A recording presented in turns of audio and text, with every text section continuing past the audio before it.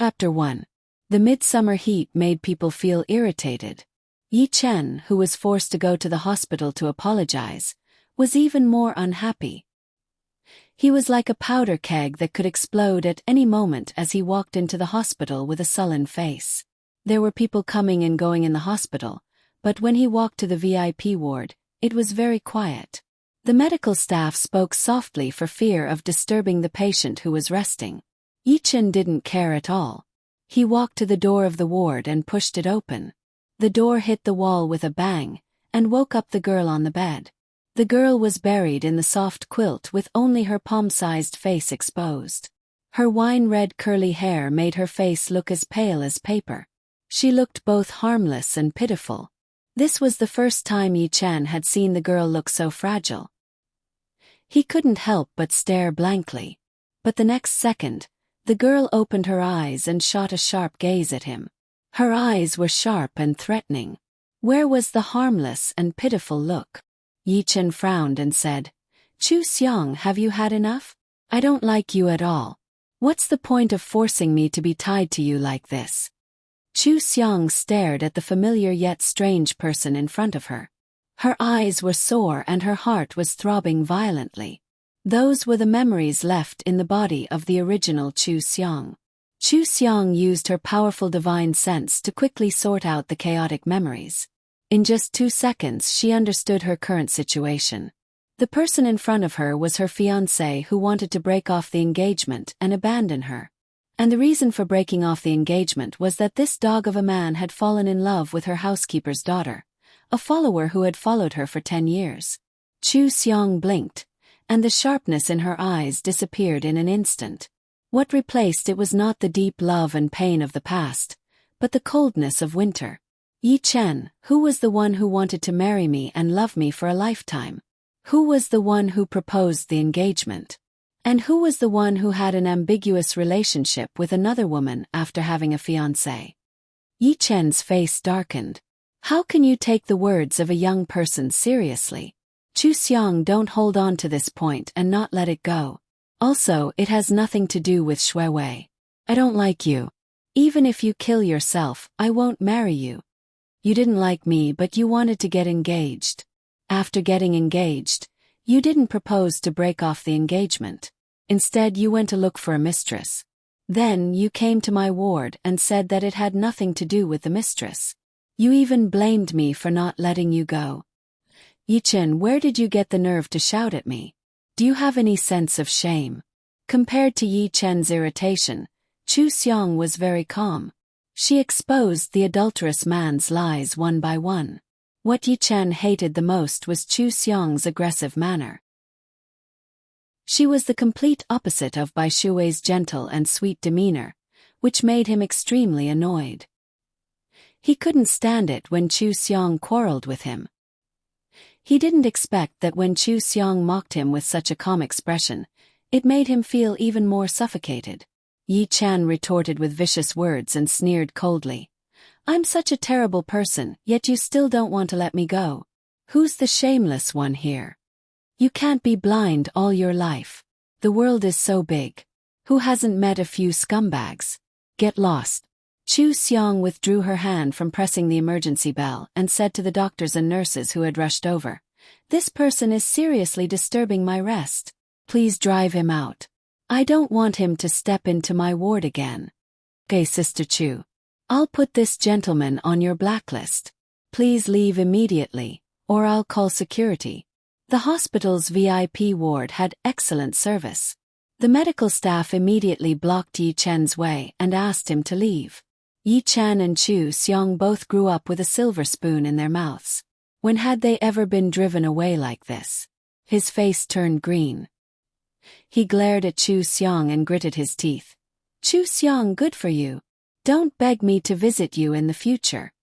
Chu Xiang's response was to glance at him disdainfully.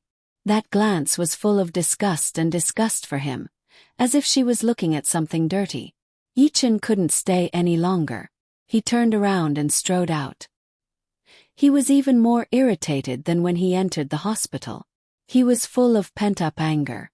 Everyone left, leaving Chu Xiang alone in the quiet room. Only then did she reveal a curious expression. This was a completely different world from the one she lived in. Beautiful wallpaper, exquisite chandeliers, clean and transparent windows, and square high-rise buildings outside the windows. They were all things she had never seen before. If it weren't for the original owner's memories, she wouldn't even know what these things were. She lifted the blanket and sat up. She gently rubbed her uncomfortable stomach. When she felt better, she slowly got up and walked to the window. Her ward was in a very quiet place. There was a garden and a lake downstairs. The scenery was beautiful and there was nothing strange about it. However, Chu Xiang was very curious about the big car driving on the road in the distance. In their cultivation world, only when one's cultivation reached a certain level could they drive this kind of magic weapon. But here everyone could drive. Learning how to drive was much easier than cultivating. There was also the 1,000-mile sound transmission. Chu Xiang picked up the phone on the cabinet and opened it. She listened to the voice messages on WeChat one by one. The corner of her mouth hooked into a happy arc. This world was fun. She really made the right choice. Chu Xiang raised her hand and waved it in the air. An octagonal mirror appeared in front of her. The mirror was simple and elegant. It was only the size of a bowl, but it gave off an ancient and mysterious aura.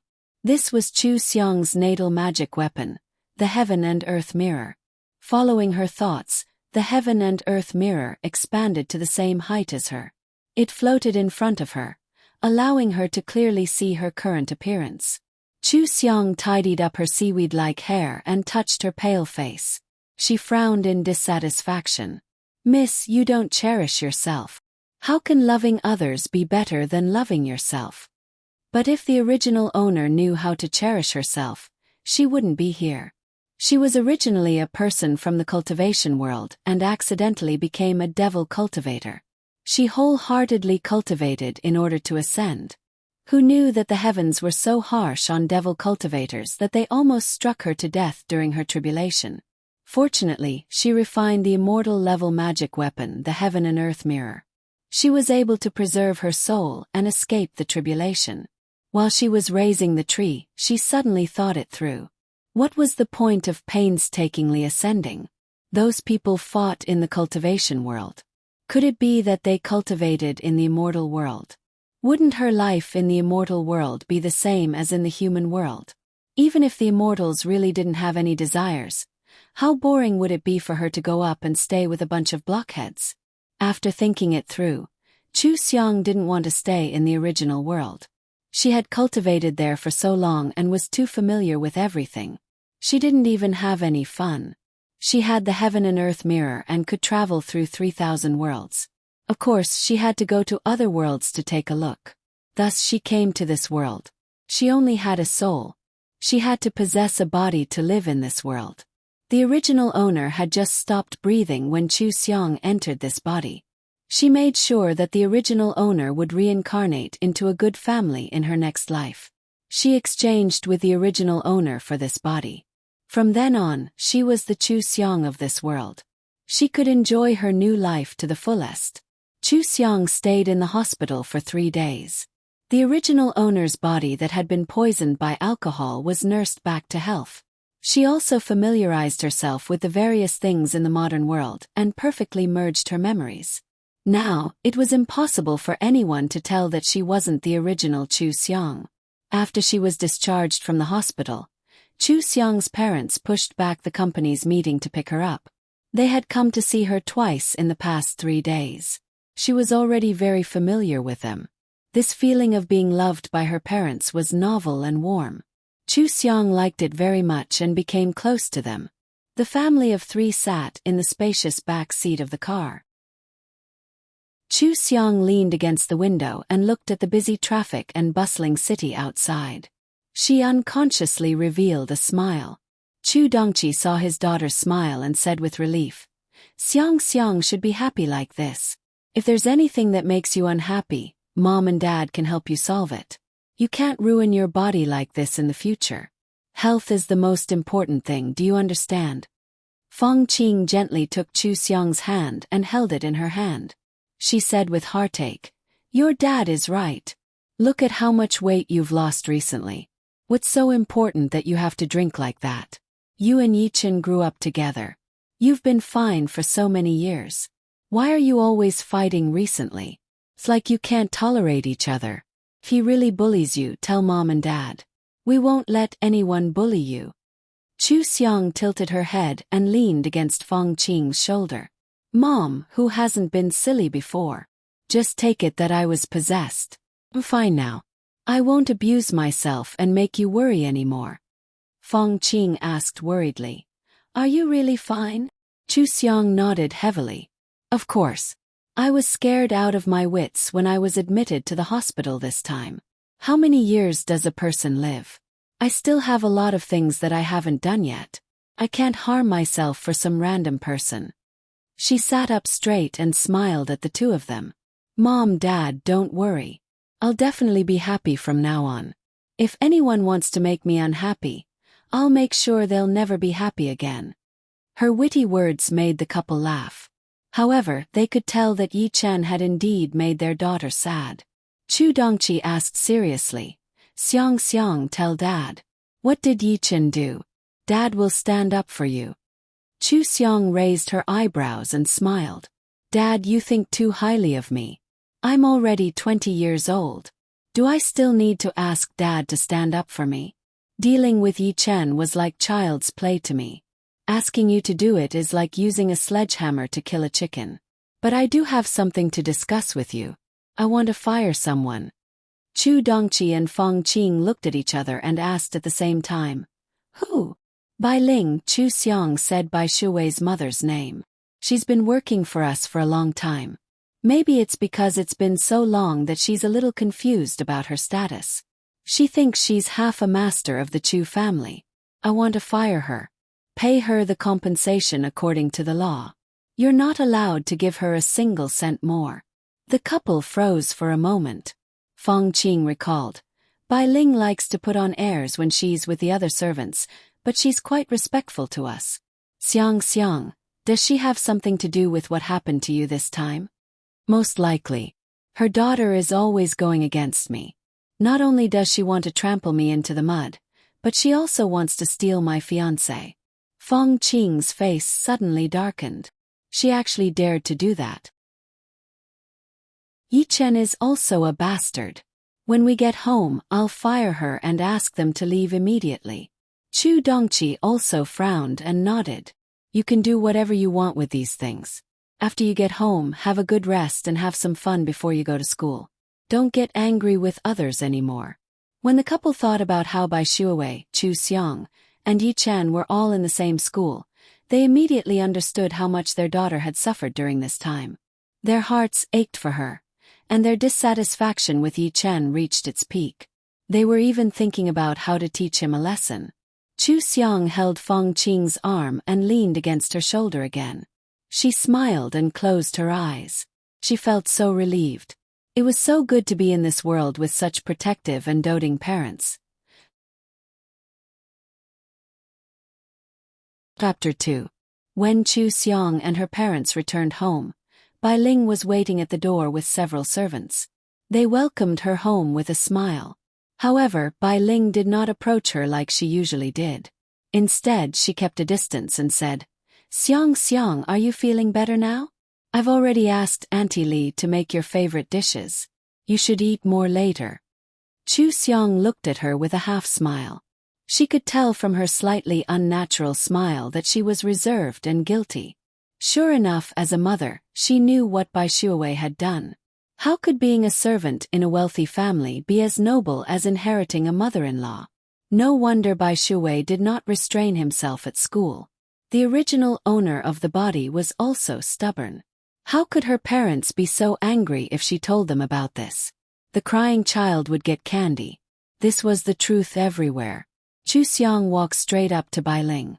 She looked at her decent servant uniform and sighed with a smile. Aunt Bai, you really have hidden your skills well. Bai Ling's eyes flickered. She smiled awkwardly and said, Xiang, what are you talking about? Why don't I understand? Chu Xiang tilted her head slightly. She looked a little cute, but her words were unusually sharp. "Aunt Bai, how could you not understand? Your daughter is about to marry into a wealthy family. In the future, you will be Yi Chen's elder. How could you work hard at my house?" Bai Ling's expression changed. She subconsciously looked at Chu Dongqi and Feng Qing's expressions. She remembered that her daughter used to say that Chu Xiang cared too much about her reputation. She would not tell anyone about this matter, so she would wait for a long time until Yi Chen's side was stable before she made a fuss. Why did Chu Xiang say it in front of so many people? Chu Dongqi and Feng Qing's faces darkened. Feng Qing snorted and said, "Bai Ling, the Chu family has treated you well. Back then you owed a huge debt with your child. I was kind enough to help you pay it off and let you stay in my family for 10 years. Bai Shuwei had grown up with Xiang Xiang. They went to the best schools and wore beautiful clothes. When they went out, outsiders thought that there were 2 older sisters in the Chu family. What have I done wrong to you and your mother? How dare you bully my daughter like this?" Bai Ling anxiously wanted to explain, but Feng Qing raised her hand to stop her. Her face was frosty. "You don't need to do anything. Pack up your things and leave immediately. If you're still here after 30 minutes, don't blame me for throwing you out along with your things." The servants looked at Bai Ling with disdain. They had worked for the Chu family for at least 3 or 4 years. The master of the Chu family was kind, had a high salary, and even gave them gifts and bonuses. They had fought hard to get this job. Bai Ling, on the other hand, didn't know how to be grateful to the Chu family for taking care of her. She even allowed her daughter to steal her older sister's fiancé. What the hell? Bai Ling hadn't worked much in the past few years.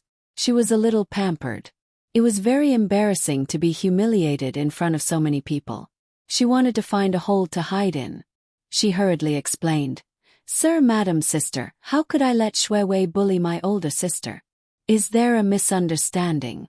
I'll call Shuiwei back and ask her to explain clearly. I'll call her back now." Bai Ling hurriedly took out her phone and dialed Bai Shuiwei's number. She had tacitly agreed that her daughter had climbed up the social ladder, but she had never thought that she would be chased out without confirming anything. She had worked for the Chu family for 10 years.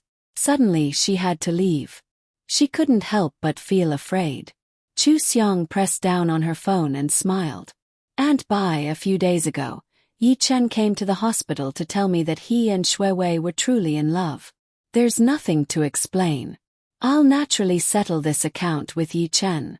Shuiwei gave me such a big gift, and I'll remember it in my heart. I'll definitely repay her well in the future. Go and pack your things. You don't want to be thrown out in such an embarrassing manner, do you?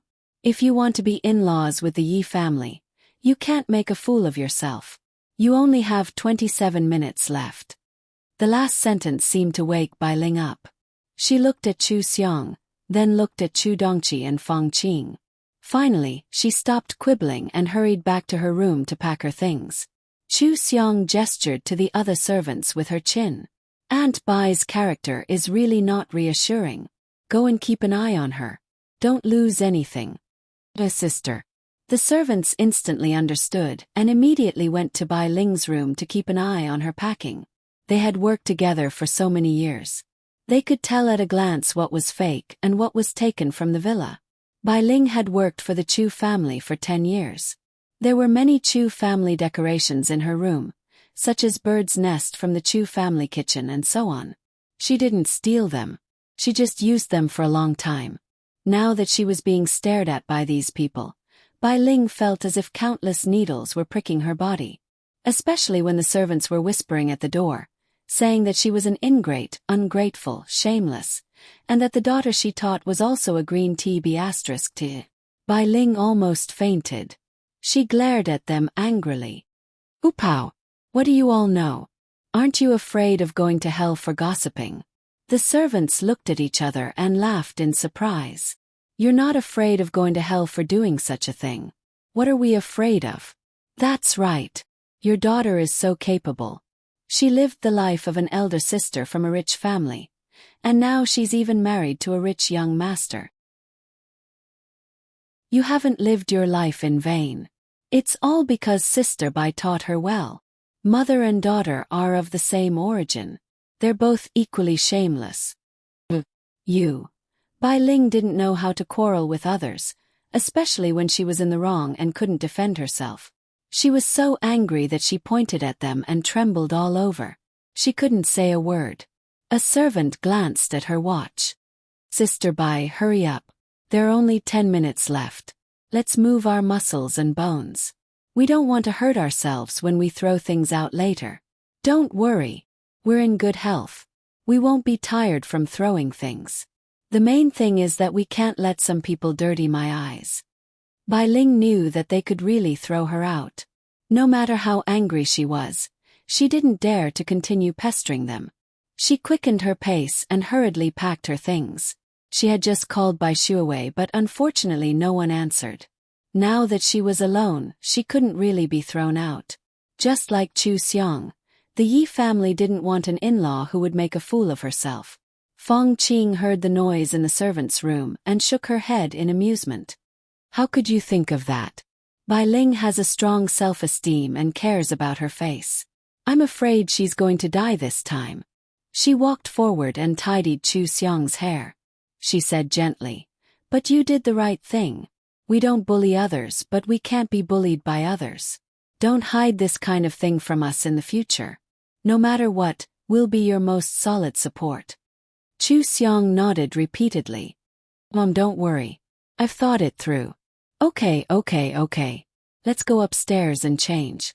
We'll see what you want to do after dinner. Mom won't go to work today to accompany you. Chu Dongqi walked over and apologized. Xiang, Dad has a meeting in the afternoon. He can't postpone it. Dad will come back immediately after the meeting. Let's have dinner together. Chu Xiong reached out and hugged the two of them. She smiled happily and said, Mom, Dad, I'm satisfied that you care so much about me. You can go ahead if you have something to do. I'm fine. The doctor said that I'm fine. Yi Chen, that scumbag, isn't worth my sadness. I'll just stay at home and watch TV and play games.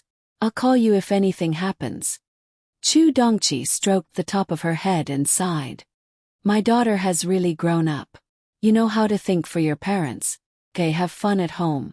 If you want to go out, find a friend to go with you. If anything happens, call Dad. Even if Dad has a meeting, I'll set your ringtone as a special ringtone. Dad, you're the best. Chu Xiong tiptoed and kissed Chu Dongqi on the cheek. Then she turned around and kissed Fong Qing. Mom, you're the best too. I love you guys the most. Chu Dongqi and Fong Qing immediately smiled. They really felt that their daughter was no longer sad or angry.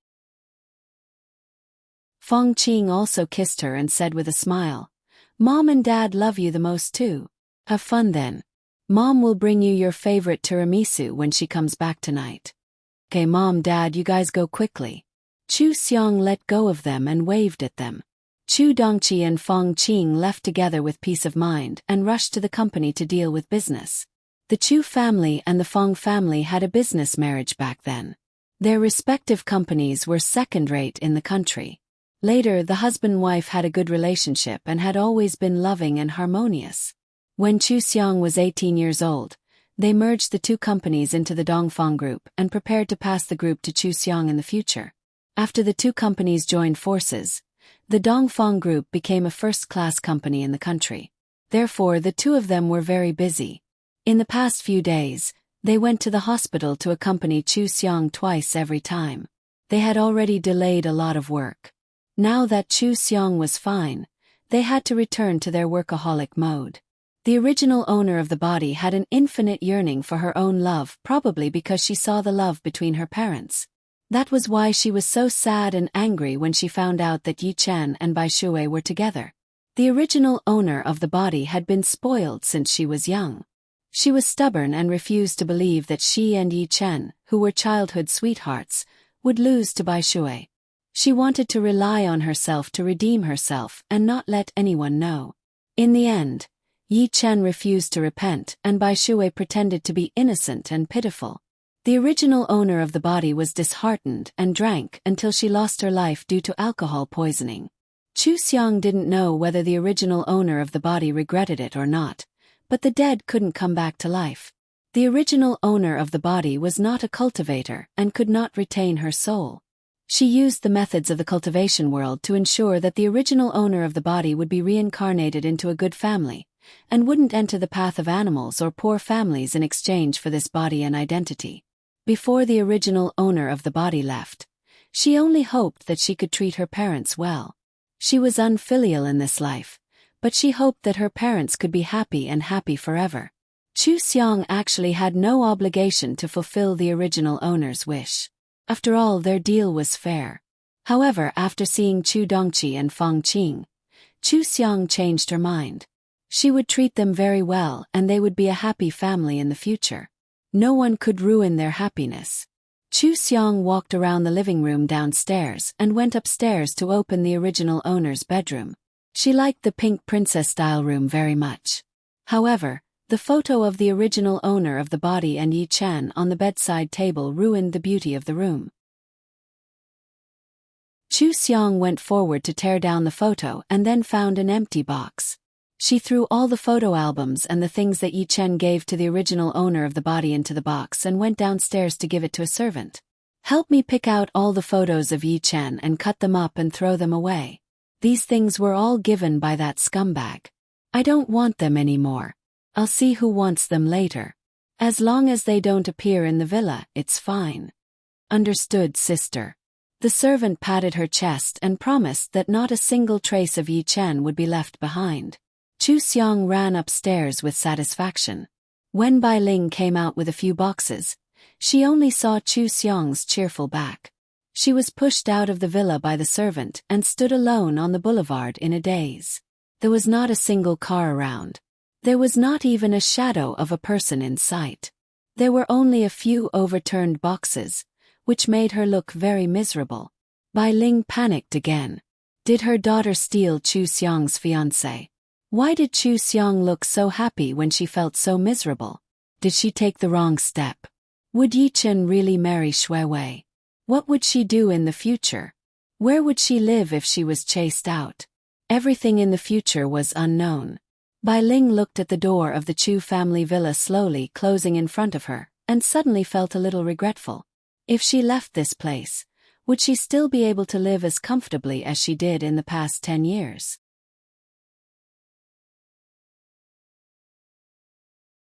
Chapter 3. Bai Ling wanted to call a cab, but she had been using the Chu family's car all these years, so she didn't know how to call a cab. She fiddled with it for a while but still couldn't figure it out. She had no choice but to call Bai Shuwei again and again. The panic in her heart erupted when Bai Shuwei picked up the call.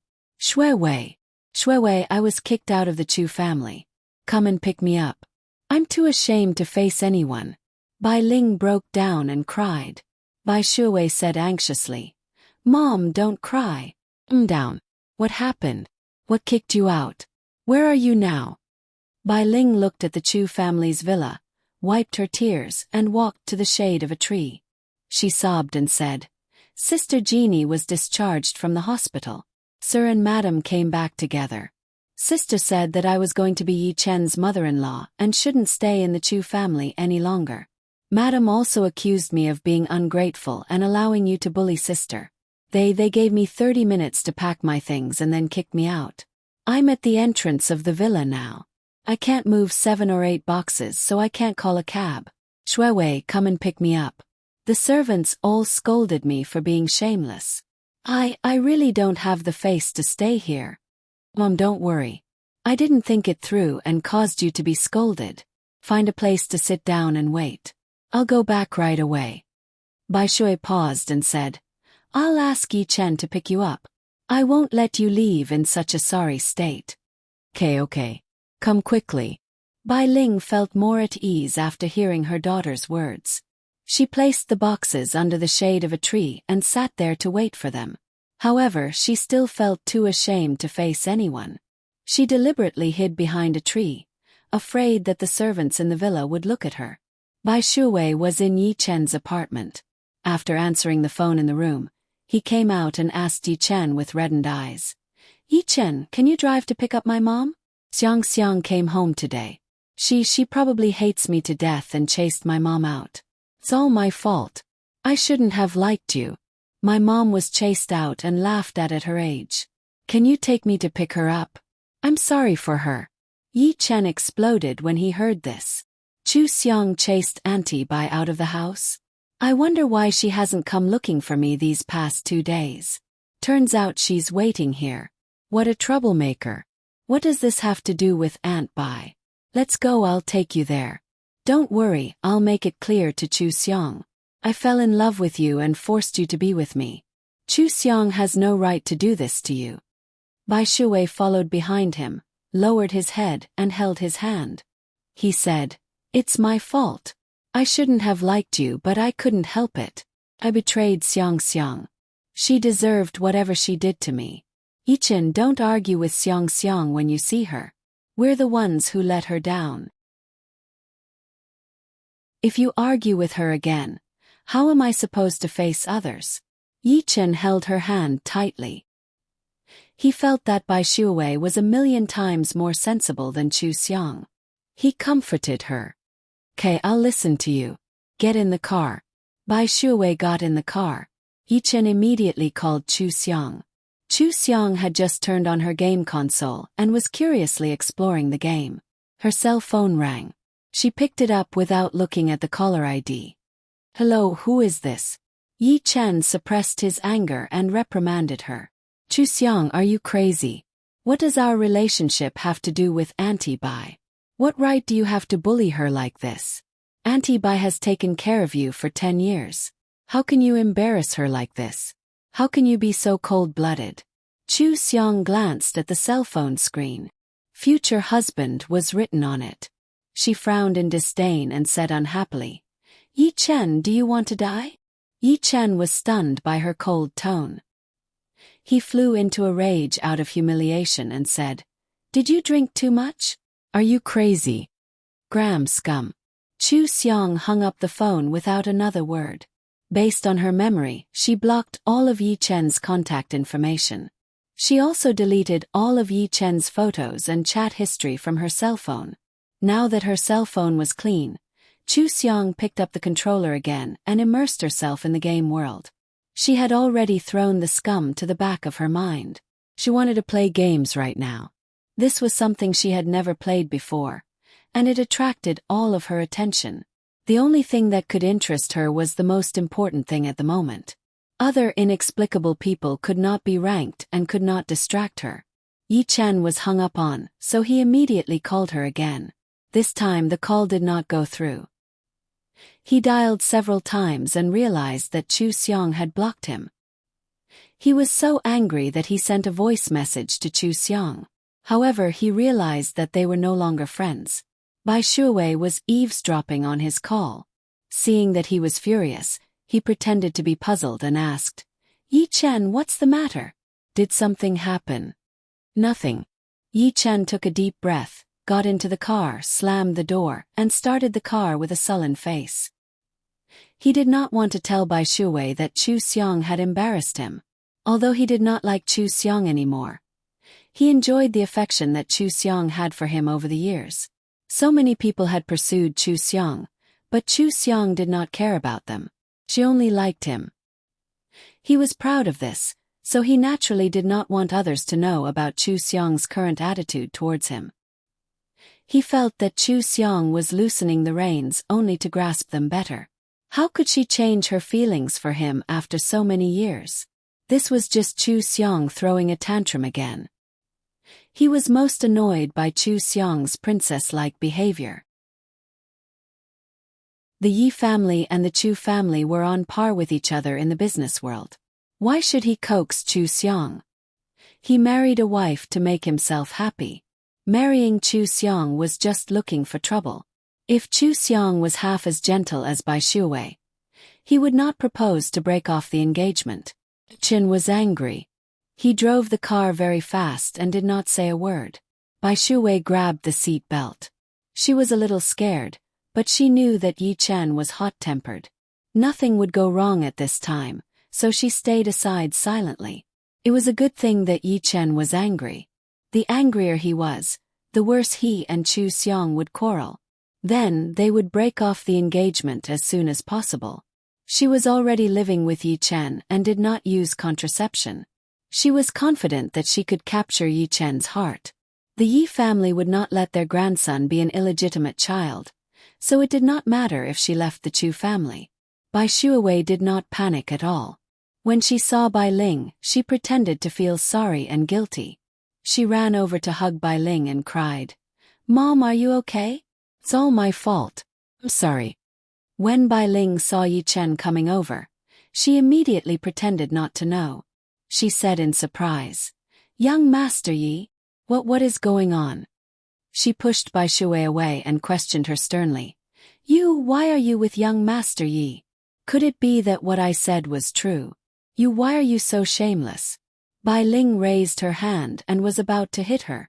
Bai Shuai shivered but did not dodge. She closed her eyes as if she believed that it was her fault and was willing to be hit. Yi Chen hurriedly stopped Bai Ling and said gently, "Aunt Bai, don't be so agitated. Like Wei Wei. She had no choice but to agree because I pestered her. She has always blamed herself for this. Don't blame her. If you want to blame someone, blame me." Of course, Bai Ling could not blame Yi Chen. She retracted her hand and cried guiltily, "How can I do this? How can I face sir, madam and sister? I..." Bai Ling's body swayed. Bai Shuai hurriedly supported her and asked anxiously, "Mom, what's wrong? Are you dizzy from being in the sun for too long? Go into the car and drink some water. Ichin, help me help Mom into the car." "Okay." Yi Chen was shocked when he saw that Bai Ling almost fainted. After all, she was Mother Rao in his heart, and he still cared about her. He immediately helped Bai Shuai into the car. Bai Ling drank a few mouthfuls of water and half lay in the back seat with her eyes closed. Bai Shuawei's tears kept falling. "It's all my fault. If it weren't for me, Mom wouldn't have been chased out of the house and wouldn't have been exposed to the sun for so long. Mom worked so hard to raise me, but I let her suffer like this. It's all my fault." She wiped her tears and walked towards the door of the villa. "I'll go and apologize to Xiang Xiang. Mom has been with the Chu family for 10 years. She definitely can't bear to leave." Yi Chen grabbed her. "Why are you apologizing to her? She was clearly the one who indiscriminately used her power to bully others." "Don't go." Bai Shuawei struggled weakly. "Have to go. I'll go and beg Xiang Xiang. As long as she doesn't chase Mom away, she can vent her anger however she wants. I let her down. It's only right for her to vent her anger." "No. You stay here obediently. I'll go and talk to her." Yi Chen forcefully shoved Bai Shuai into the car and locked the door. He looked at the boxes that had fallen on the road and his expression darkened. He strode to the door of the villa and rang the doorbell. Bai Ling and Bai Shuai looked at each other and smiled as they held each other's hands. Since they had already fallen out with the Chu family, of course they would spare no effort to make things difficult for them. Bai Ling had deliberately stood under the sun again after receiving Bai Shuawei's text message. She was so distraught and full of self-blame that she fainted from the sun. What a good trick. People would always side with the weak. They had to hold on tightly to Yi Chen and not let him go. Yi Chen was infuriated by this. Chu Xiang had already instructed the guards to not let the three of them in from now on. Of course they wouldn't open the door for Yi Chen. Yi Chen got even angrier after being refused the door. He kicked the door violently and shouted, "Chu Xiang, get out here." The Chu family's gaming room had the best soundproofing walls. The sound effects of the game were also very good. Chu Xiang couldn't hear anything from inside. She had an excited smile on her face. She was so engrossed in the game that she felt like she had opened the door to a new world. How could she possibly remember that Yi Chen existed in this world? However, the servants downstairs knew that Yi Chen was making a scene at the door. They had already cut up the photos of Yi Chen and divided the gifts that Yi Chen had given to Chu Xiang. They liked the master who was easy to serve and looked down on Yi Chen for cheating on her. They knew that the master would definitely break off the engagement, so they weren't afraid that Yi Chen would become the son-in-law. They gathered together to discuss and decided to stand up for their older sister. The servants each carried their things and walked to the door. They asked the guard to open the door and put the boxes outside. They politely smiled and said, "Young Master Yi, I'm busy playing games. I'm afraid I don't have time to see you today. Please go back first. When big sister comes out, I'll let her know that you were here." Yi Chen was stunned when he saw the box of photos. He could even see his face in the gaps between the photos. Were these photos of him and Chu Xiong when they were growing up? He looked up and saw that each of them was carrying a few things that looked very familiar. He couldn't help but frown and ask, "What's with these things?" The servant replied understandingly, "Big sister didn't want these and gave them to us. But big sister doesn't want to see these things anymore, so we put them at the door. When we go home for the holidays, we'll take them with us. We don't want them to be an eyesore to big sister. Young Master Yi, the people who live around here are all famous people. It's better if you don't wait at the door. It's not good if you're seen. Then we'll go in first. Take care." The servants casually put the gifts that Yi Chen gave them at the door as if they were trash. Then they entered the house without looking back. Yi Chen stared at the box of photos. The anger in his eyes seemed to burn a hole in the box. When had he ever been humiliated like this? Even the servants dared to throw his dignity to the ground and step on it. Chu Xiong was really something. Yi Chen suddenly turned around and walked quickly to the car. The sound of the car door slamming scared Bai Ling and her daughter. Before they could react, the car drove off. Bai Ling's eyes widened and she said anxiously, "Box? My box? I'll get someone to come and get it," Yi Chen said coldly. He didn't even look at them. If it weren't for them, he wouldn't have come here to suffer like this. All the efforts that Bai Ling and her daughter had put in to make him jealous were in vain. When Yi Chen couldn't see Chu Xiong, he vented all his anger on them. The two of them suffered the consequences of their own actions. They didn't even dare to breathe loudly under the pressure of Yi Chen.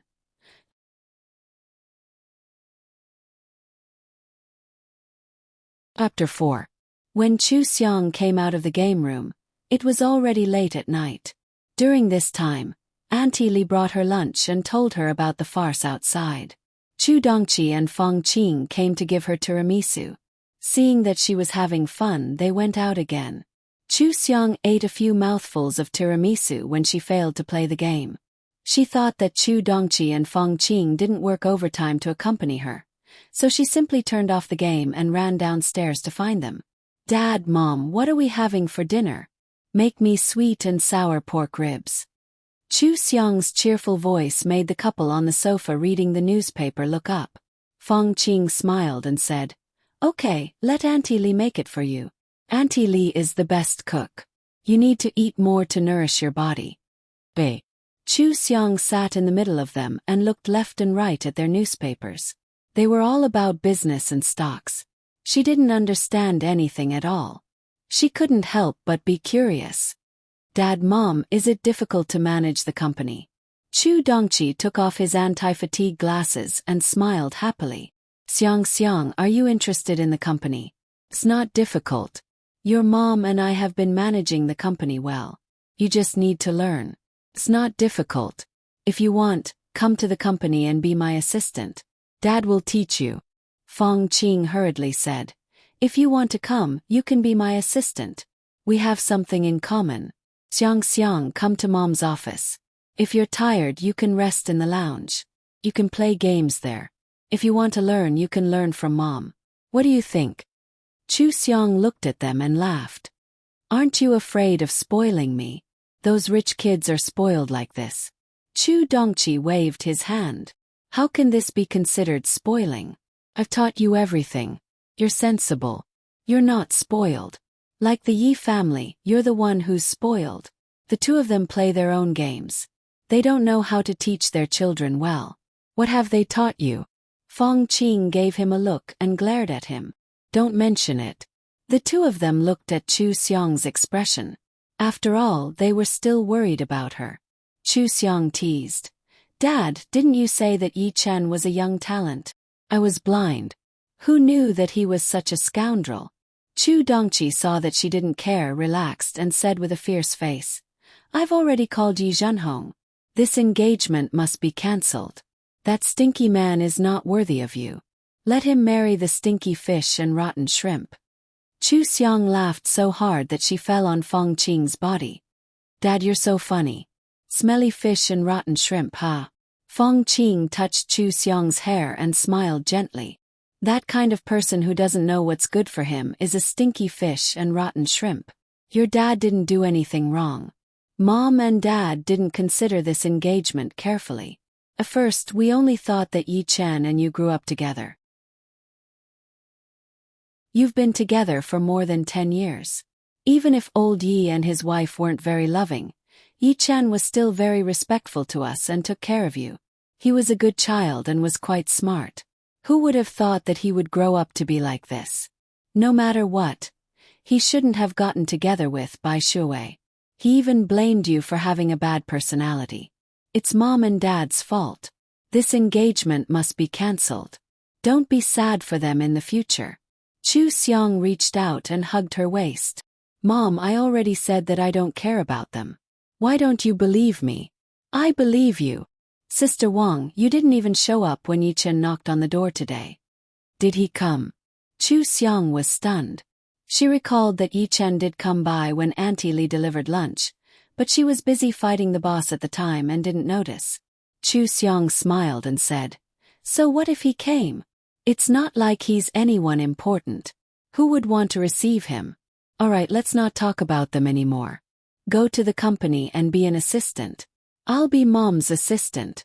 When we're free, let's go shopping and go to the spa together, okay? Okay, of course. Feng Qing smiled happily. She hadn't been so close to her daughter for a long time after she grew up. It was really a blessing in disguise. Chu Dongqi looked at the newspaper with a subtle expression and didn't say anything. Chu Xiang laughed and said, Dad, you're just like those people sitting under a lemon tree in the TV variety shows. You're so jealous. Chu Dongqi smiled when he saw how happy she was. Their family was in high spirits. To them, Yi Chen, the Yi clan, and Bai Ling and her daughter were already insignificant outsiders. As long as they were happy, what did those people have to do with them? Of course, they still had to settle the score. Recently, the Chu family and the Yi family had a cooperation, and the negotiations were almost done. But the Chu family didn't have to cooperate with the Yi family. There was another family, the Shao family, that was also very powerful. The Shao family was considered a rising star in the business world. The previous head of the family had built the Shao family from scratch. Unfortunately, he was overworked and fell ill before he was 50 years old. Now his son, Shao Han, had taken over and allowed him to rest in the villa. Shao Han was trained as an elite heir. He had good foresight and was reliable in doing things. Not only did he not cause the Shao family to be in turmoil, but he also led the Shao family to a higher level. At the age of 25, he appeared on the cover of major business magazines and became a true eligible bachelor. The Chu family's big project this time was very profitable. Shao Han specially discussed with Chu Dongqi and made a perfect proposal. He was young and aggressive, and he was careful in doing things. He was more competitive than an old company like the Yi family. Chu Dongqi wouldn't cooperate with the Yi family at all if it weren't for the fact that the two families were in-laws. But now that Yi Chen bullied his daughter, he wasn't a coward. He directly ordered the company to stop the contact with the Yi family and talk about cooperation with the Shao family. It was more dynamic to cooperate with young people. Chu Dongqi could already foresee that this would be a win-win cooperation, and the benefits would be greater than before. The second order was implemented. Yi Zhenhong just learned that Yi Chen had a change of heart and the Chu family wanted to break off the engagement. He was also told that the new project was ruined and the Chu family refused to cooperate. He hurriedly called Chu Dongqi. Old Chu, we've known each other for more than 10 years. The quarrel between two children shouldn't be escalated to business, right? Yi Chen is in the rebellious stage. He likes Xiang Xiang very much. If he hadn't been clamoring to marry Xiang Xiang, would our two families have been engaged? I'll teach him a lesson and ask him to apologize to Xiang Xiang. Don't be angry. Chu Dongqi snorted coldly. Rebellious stage.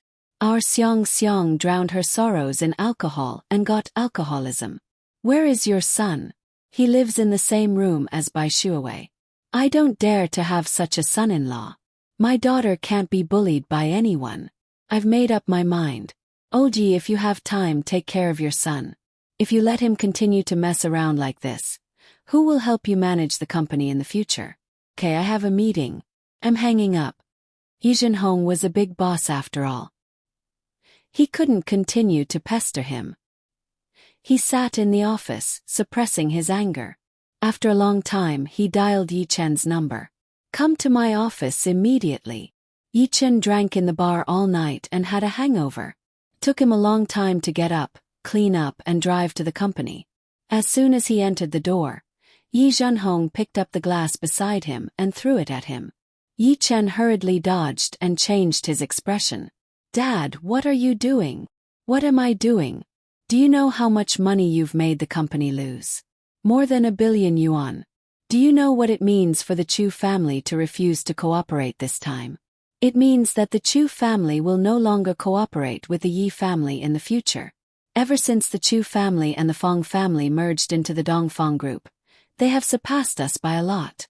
If the Chu family suppresses us in the future, have you thought about the consequences?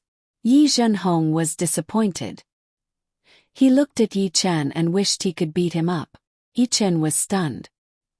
He had never been in contact with the company's matters and was still at the stage of being a Prince Charming in school. However, this didn't mean that he didn't understand what Yi Zhenhong meant. The Chu family refused to cooperate with the Yi family. They might even suppress them. This had just started, and the Yi family had already lost more than 1 billion yuan. Yi Chen was at a loss for a moment. He quickly came back to his senses and sat down opposite Yi Zhenhong. Dad, aren't you exaggerating? When I was in the Chu family, they were worse than the Yi family. Now that the Chu family can develop well, why can't our Yi family? There are so many companies, why do they have to cooperate with the Chu family? It's easy for you to say. What do you know? You only know how to play nanny. Yi Chen suddenly stood up with an ugly expression. Dad, can you say something nice? What nanny? I'm not playing either. Shui Wei and I are in love with each other. Yi Zhenhong laughed mockingly and said, In love with each other? Do you think that woman is no longer a servant of the Chu family just because you call her Aunt Bai? Do you think that Bai Shuwei has become an elder sister just because she's with Xiang Xiang? The Chu family is kind and gave them a place to live, but they are good and stabbed a knife into the Chu family's heart. Are you out of your mind to think that such people are good? If they can stab the Chu family today, they can stab the Yi family in the future. Let me tell you, Bai Shuwei has taken a fancy to your identity and your money. Dad, can you not be so utilitarian? You don't have feelings for my mother, so do you think there are no true feelings in the world? I was the one who took the initiative to pursue Shui Wei, but Shui Wei never agreed. Later, when she was with me, she felt very guilty and blamed herself. She felt sorry for Chu Xiang. I forced her to be with me. She's not like you. Yi Chen retorted in disgust and scoffed at his conspiracy theory. Yi Zhenhong snorted coldly. You're 20 years old and still so stupid. You caused such a big trouble and still don't know how to repent. Yi Chen, the daughter-in-law of the Yi family, can only be Chu Xiang. She can't be the daughter of some nanny. Send that woman away immediately. I don't care whether she goes abroad or not, and I don't care how much money you give her. In short, you can't let Chu Xiang see her again. Deal with this matter as soon as possible and let the Chu family see your sincerity. The project still has a chance to be salvaged. If you like Chu Xiang, you can marry her. I can't stand her rigid personality. Like Shui Wei. It doesn't matter if she's the daughter of a nanny or the daughter of a beggar. Chairman Yi, you are the chairman of a big group. Are you going to betray your son's marriage to please the Chu family? Aren't you degrading yourself too much? I won't marry into a business marriage like you and mother. which will create an even more unhappy family. I will definitely marry the woman I like. No one can force me. Yi-chen pushed his chair away and left. He had thought that Chu Xiong really ignored him. Now it seemed that Chu Xiong had found a new way to let the elders force him. The more people objected, the stronger the idea of marrying Bai Shuawei in his heart. So what if the Chu family didn't cooperate with the Yi family? From the moment he wanted to break off the engagement, he never thought that the two families could still get along well. Was there no one else but the Chu family? Why didn't he believe that the Yi family could go bankrupt without the Chu family? If he compromised this time, wouldn't he be held hostage by the Chu family for the rest of his life? He wanted to marry the wife he liked, not to marry into the family to please the princess. He would never compromise. Yi Zhenhong flew into a rage after he left. No one in the company dared to speak loudly. It was a pity that the project was about to be negotiated. It was inevitable that they thought that the crown prince of the Yi family was too insensible. Yi-chen was also in a bad mood. He went straight to the school to look for Chu Xiong, but found out that Chu Xiong didn't come. He drove to the Chu family's villa and learned from the guard that Chu Xiong had gone out. Yi-chen had nowhere to vent his pent-up anger. He kicked the car hard and called a group of rich second-generation heirs to the bar to drink. Chu Xiong was the first intern in the company. She familiarized herself with the company's situation with Fong Qing and seriously asked the secretary for the most basic reports. During this time, Sister Wang called her. Yi-chen went to the Chu family and left when he saw that she wasn't there. Chu Xiong casually replied, "In the future, you don't have to talk to me about Yi-chen's matters. You can just send him away." She knew that she would be in charge of the Dongfang group in the future. At this moment, her mind was filled with all kinds of company data. Who would have the time to care about a scumbag ex-fiancé?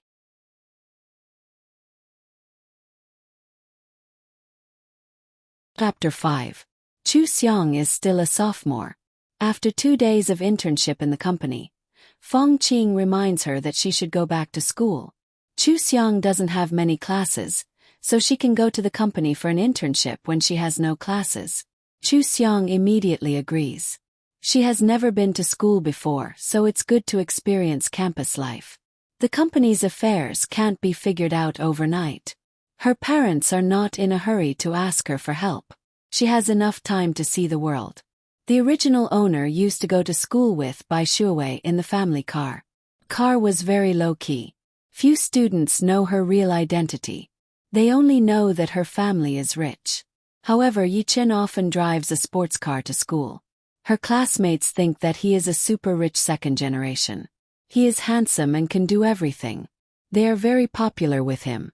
They also think that the original owner is climbing up his social ladder. Chu Xiong doesn't have the habit of keeping a low profile. She drives a fiery red sports car directly to school. Chu Dongqi gave it to the original owner on her 18th birthday. The original owner doesn't like cars very much. She usually goes with Bai Shuwei or Yi-chen. She almost never drives. Chu Xiong likes it when she goes into the garage to choose a car. She likes red the most. This red sports car is more beautiful than all her previous cars. Chu Xiong drives the car around the villa garden a few times. After familiarizing herself with the car, she goes straight to school. The Reiki in this world is thin. Chu Xiong can't cultivate. She can only absorb a small amount of Reiki to nourish her body. But her strong spiritual sense is not affected by time travel. She learns everything very quickly. Just like other people need a minute to think, she only needs a second to think. She has no problem accepting new things in the modern world. It's her first time driving, so she drives very fast. She stays within the limits of the traffic rules. The school is in recess. Students who have finished class are going back to the dormitory and the library with books. Some students who are preparing for class are rushing to the classroom. Some students are walking out of the school. As soon as the sports car appears, it immediately attracts everyone's attention. Chu Xiong finds a parking space nearby to park. Many students also stop to look at her, guessing who is in the sports car. The car door slowly rose, and Chu Xiang stepped out of the car wearing sunglasses. She liked to wear tight-fitting clothes. A white V-neck short-sleeved t-shirt wrapped around her body, revealing her good figure without a doubt. Her smooth light blue jeans made her legs look very slender. She was wearing red high heels, coupled with her wine-red hair, the red gem pendant on her collarbone, and the red bag in her hand. She looked extremely beautiful and had a strong aura. It was as if she was in a completely different world from the students who were still in the ivory tower. Chu Xiang was used to being stared at. She had always been the center of attention. After locking the car, she walked to the school building according to her memory. This class was English and there were 2 periods in a row.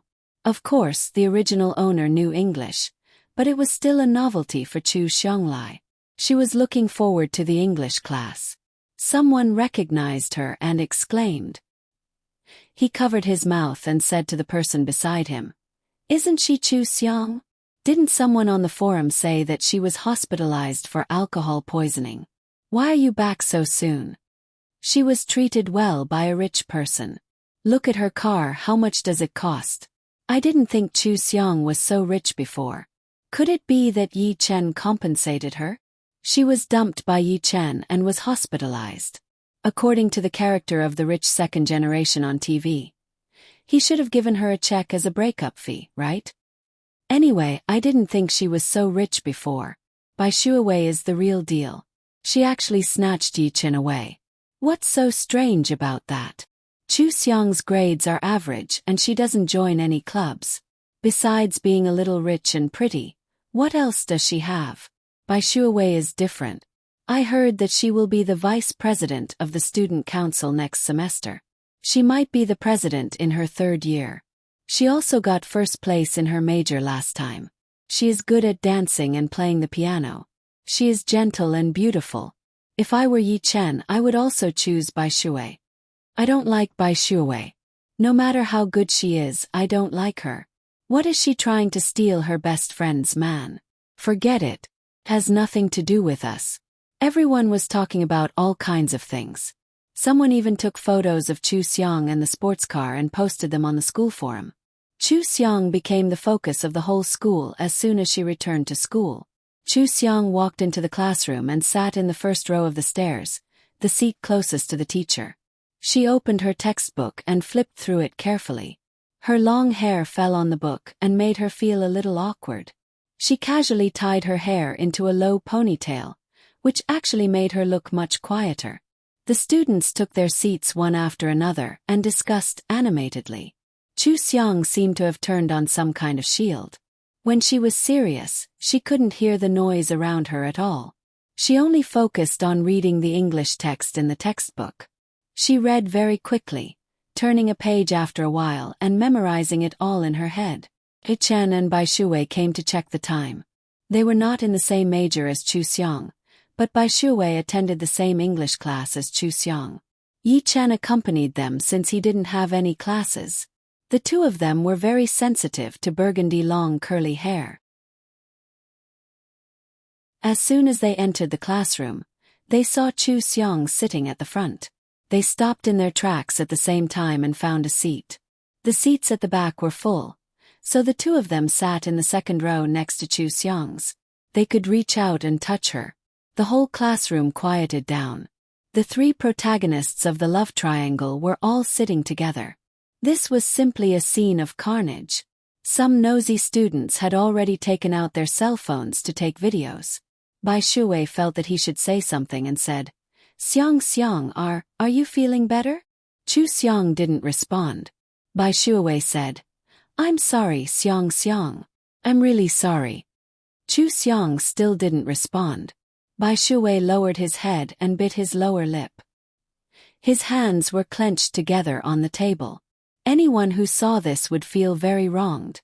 Yi Chen frowned and held her hand, but his eyes were fixed on Chu Xiang. Chu Xiang, Shuawei is talking to you. However, Chu Xiang still didn't respond. Yi Chen was annoyed that Chu Xiang didn't give him any face in front of outsiders. He reached out to grab Chu Xiang's arm. Chu Xiong reflexively grabbed his hand and slammed it against the edge of the table. Yi Chen didn't even have time to react before he screamed. "Ah, let go!" Chu Xiong snapped out of her daze. She let go of his hand and stood up to lean against the table. She crossed her arms and looked at him with disdain. "Teske, I thought you had fractured your bones. You screamed like a pig being slaughtered at the slightest bump." Chu Xiong. Yi Chen also felt embarrassed. He covered his right hand and glared at her angrily. Bai Shui checked Yi Chen's injury next to him and said anxiously, "Yi Chen, let's go to the hospital. It's already red and swollen. We have to check it before we can rest assured." Tears fell from her eyes. She looked at Chu Xiong and choked with sobs. Xiang, I'm sorry. Don't be angry with Yi Chen." The English teacher pushed the door open and walked in. When she saw them confronting each other, she asked unhappily, "What are you doing? Hurry up and sit down for class. Get out if you have something to do."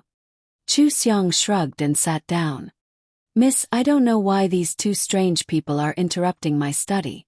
I originally planned to finish reading this lesson before your class started, but they delayed me. By the way, this boy is not in our major. Can I trouble you to deal with him?" Yi Chen was very popular in school. Not only did the teacher know that he was not her student, but she also knew about the rumors of their love triangle. It was common to see auditing students in university, but it was not allowed to disturb other students. The teacher immediately said, "Please leave. Don't disturb our class." It was none of the teacher's business how rich a rich second-generation heir was. She could not ask the Yi family for help, so she was very rude to Yi Chen. She hated this kind of two-timing and arrogant scumbag the most. Hundreds of students in the classroom all looked at Yi Chen. Yi Chen felt extremely humiliated, so he got up and walked out. "Yi Chen." Bai Shui hurriedly packed her things and chased after him. When she reached the door, she bowed to the teacher apologetically. "Miss, I'm sorry. Yi Chen's hand is injured. I'll accompany him to the hospital." The teacher waved her hand and asked her to leave. Then she cleared her throat and started the class. The students were still thinking about the incident. They looked at Chu Xiong and realized that Chu Xiong was already listening to the class attentively. Someone muttered, "So cool." Then the people around him also whispered in agreement. Chu Xiong's move just now was awesome. Yi Chen was screaming like his mother had died. Wasn't she a little too ruthless? Yi Chen has never lost his composure like that before. It must have really hurt, right? Hi, doesn't that serve him right? Who asked him to disturb her studying? Pfft. Some people laughed. Ever since they graduated from high school, they had never heard of such a way of disturbing a student's studying. But thinking back, Chu Xiong did seem to be studying seriously at that time. Yi Chen and Bai Shui just did not have the foresight to disturb her. Some people felt that Chu Xiong was too ruthless, while others felt that she was very cool. Some people felt sorry for Yi Chen, while others sympathized with Bai Shui. There were also some people who scolded Yi Chen and Bai Shui for being a jerk and a slut, while praising Chu Xiong for doing a great job. The number of views on the video kept increasing on the forum. The students also left comments with their own opinions, but Chu Xiong did not know about any of this. She finished reading the entire English textbook while listening to the teacher's lecture. When the class ended, she felt very fulfilled. She even took out her library card and went to the library. She found a lot of English learning books. Most of them were about business English and oral communication. This would be the knowledge that she would use the most in her future job. Her appearance and outfit would be the focus of attention wherever she went. Moreover, her classmates were paying attention to her now. There were even posts that streamed her whereabouts, and there were even people who took photos to praise her beauty. As a result, almost the entire school knew that she was in the library. Chu Xiong specially requested to borrow 10 books that were as thick as bricks. Just as she was about to move them, a handsome boy came over to her and said, "Let me help you. How can you let a girl do this kind of thing?" Chu Xiong thought for a moment. The original owner of the body had never moved such heavy things before. She nodded and smiled. Thank you. The boy's heart almost jumped out of his chest when he saw her smile. He stretched out his hands to move the books, but he did not forget to pay attention to his image. He was afraid that he would lose face in front of a beauty. In the end, the books were really too heavy. Although he could move them, he was wobbly and could not even walk steadily. Chu Xiang did not expect the boy to be so weak. She thought of the very high stairs outside the library. If the boy dropped the books, they would roll everywhere. She would have to spend a lot of effort to pick them up. Just thinking about it made her feel that it was troublesome. She hated trouble the most. She simply reached out and took the books. She smiled and said, "Let me do it. Thank you for today. Goodbye." Chu Xiang carried the 10 brick books and walked out of the library quickly and steadily in her 8 centimeters high heels.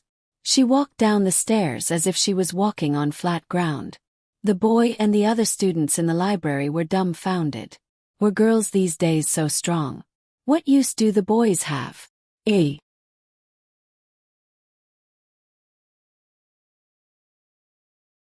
Chapter 6.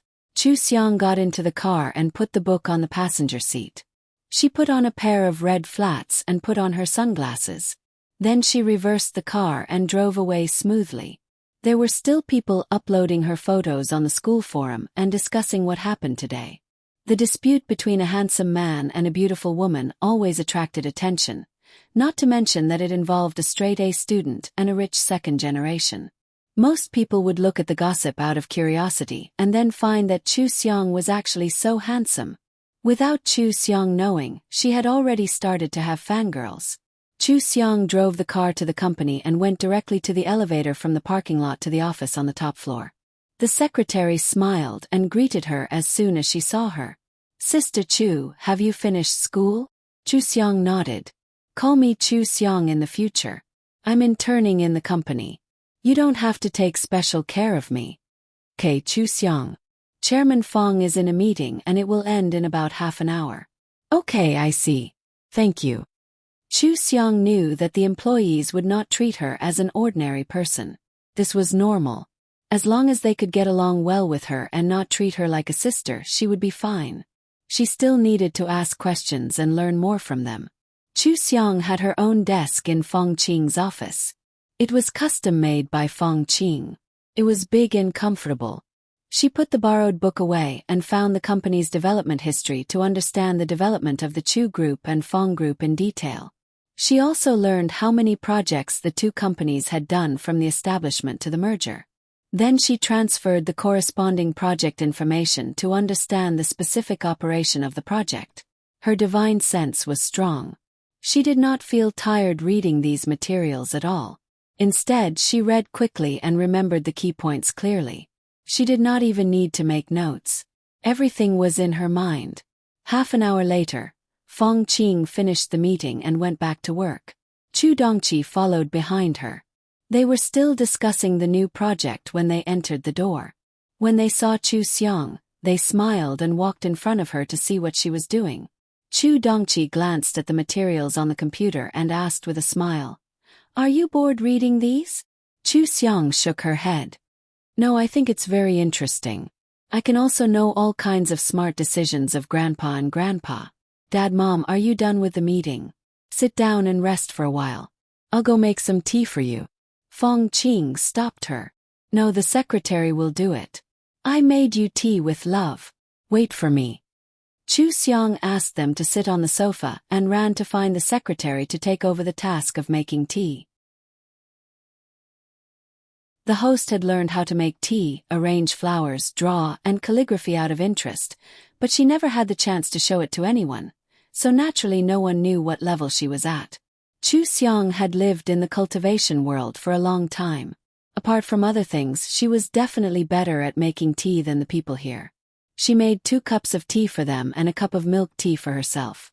Then she brought them both back. She heard Chu Dongqi say to Fong Qing, "I'm going on a business trip tomorrow to discuss a project overseas. I'll be back in 3. I'll leave the Xiao Corporation to you." Fong Qing nodded. "I'll meet with Xiao Han and discuss the details of our cooperation." Before we were in contact with the Yi Corporation. Many things take more time. Let's do it step by step. Don't make any mistakes. Chu Xiong handed the tea to them and asked, Mom, can I go with you? I haven't seen a real project yet. It's a good opportunity to learn from you. Okay, I'll teach you whatever you want to learn. The company's business needs practice to grow quickly. How about this? You'll be the assistant when we're in contact with the Shao Corporation. You'll help Assistant Liang contact them, set a time and communicate with them. If there's a meeting, you can sit in and take minutes. Then you can draft plans and practice on the documents in private. I'll help you correct them. This was the most basic work of the project. It wasn't difficult, but it was the most direct way to understand everything about the project. Following Feng Qing from the beginning to the end, seeing all the steps of a project and experiencing all the effort put in to complete a project, was indeed the most suitable way for Chu Xiong to grow up. Chu Xiong nodded with her chest high. Okay, I'll ask Secretary Liu how to take minutes and learn the things to pay attention to when communicating with the Shao Corporation. Chu Xiong drank more than half a cup of milk tea and ran to the secretary's office with her laptop.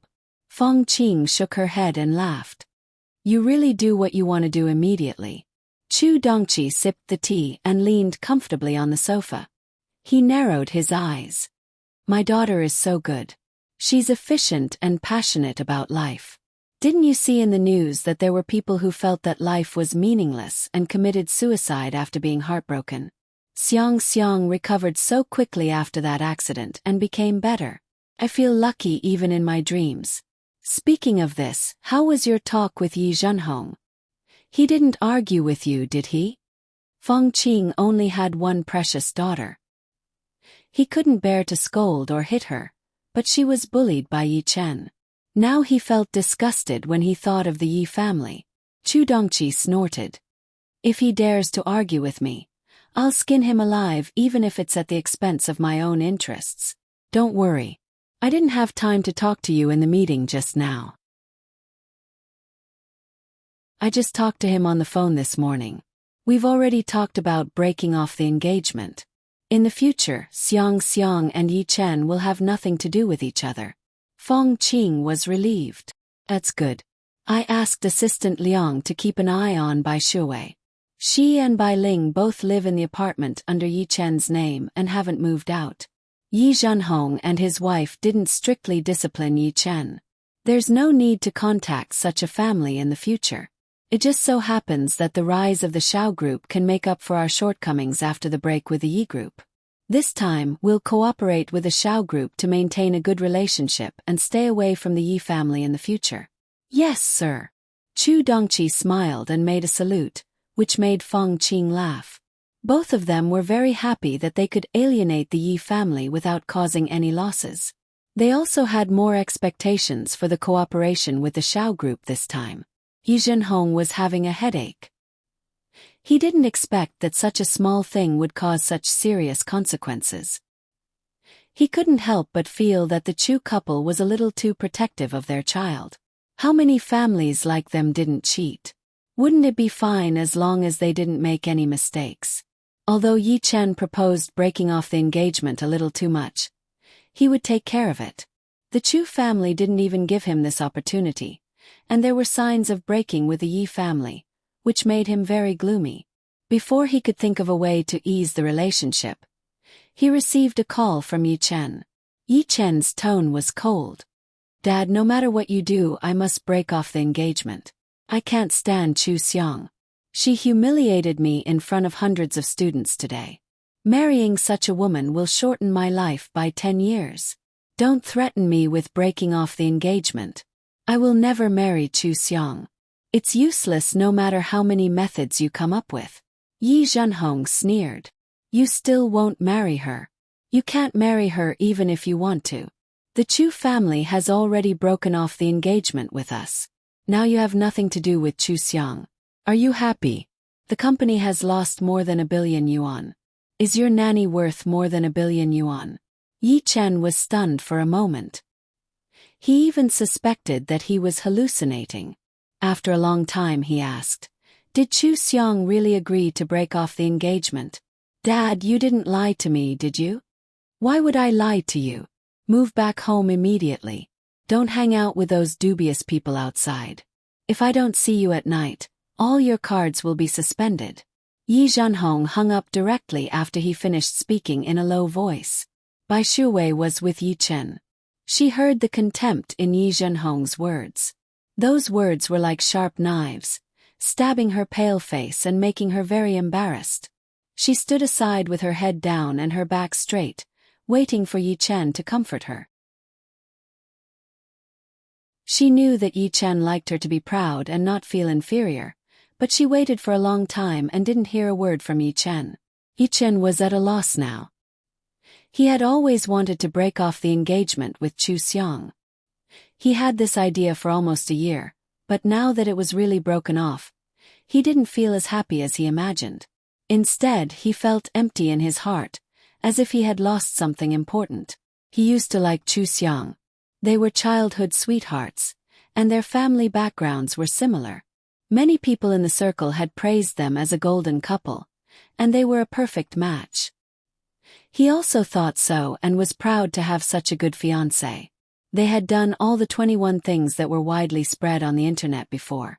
That period of love was the best memory between them. Why didn't he like it later? Chu Xiang was the princess in the family. When he stood her up, she could be angry for a long time and even needed Bai Shuwei to help him coax her. When he made Chu Xiang angry, Chu Xiang didn't give him face in public. It was Bai Shuwei who helped to smooth things over and save his face. When they quarreled, Chu Xiang never took the initiative to apologize. On the contrary, Bai Shuwei would find opportunities to help them reconcile. He gradually began to compare Bai Shuwei with Chu Xiang. One made him feel very comfortable, and the other always needed to be coaxed and spoiled. He was impatient with Chu Xiang. He often thought that there were so many girls in the school who wanted to please him and pursue him. How could he coax Chu Xiang? Then Bai Shuwei began to stand out in the school. She got the first place in her major. She amazed all the teachers and students at the party with her dancing. She played the piano beautifully. He had never noticed that Bai Shuwei was so versatile. She was also very gentle and considerate. His gaze fell on Bai Shuwei more and more. Finally, he couldn't help but express his goodwill to Bai Shuwei. Bai Shuwei's refusal to avoid arousing suspicion made him feel that she was kind-hearted and not a girl who was greedy for vanity. He and Bai Shuwei were also childhood sweethearts. They had known each other for 10 years. In the past, Bai Shuwei always seemed like Chu Xiang's shadow. After getting to know her better, he realized that she was such a good girl, so outstanding and so gentle. That was why he started to pursue Bai Shuwei passionately. Finally, after a quarrel with Chu Xiang, Bai Shuwei agreed. Bai Shuwei didn't want to ruin his relationship with Chu Xiang. She asked him to keep it a secret. When he didn't like her anymore, she would leave quietly and pretend that nothing had happened. Everything that Bai Shuwei did made him feel sorry for her. That was why he had the idea of breaking off the engagement with Chu Xiang. He wanted to have a happy family. He didn't want to be like his parents who treated each other respectfully and played on their own. That was why he insisted on breaking off the engagement. He wanted to be with the person he truly liked. He had expected that Chu Xiang would make a fuss. He was very impatient because he had a premonition that Chu Xiang would make a fuss until both parents came forward to put pressure on him. He was even prepared to have his cards suspended to resist his family. In the end, Chu Xiang broke off the engagement just like that. Yi Chen recalled the box of fragmented photos outside the Chu family's house, the gifts that were given to the servants, the coldness of Chu Xiang when they met, the failure of the cooperation between the Chu family and the Yi family, and the decisiveness of the Chu family in breaking off the engagement. He suddenly realized that those actions that he thought were just Chu Xiang continuing to make a fuss were all true. Chu Xiang really didn't want him anymore. She had broken off the engagement and wouldn't pester him anymore. He was at a loss. Before Chu Xiang was hospitalized, she still couldn't let go of their relationship of more than 10 years and asked him not to have a change of heart. Why did she let go so easily now?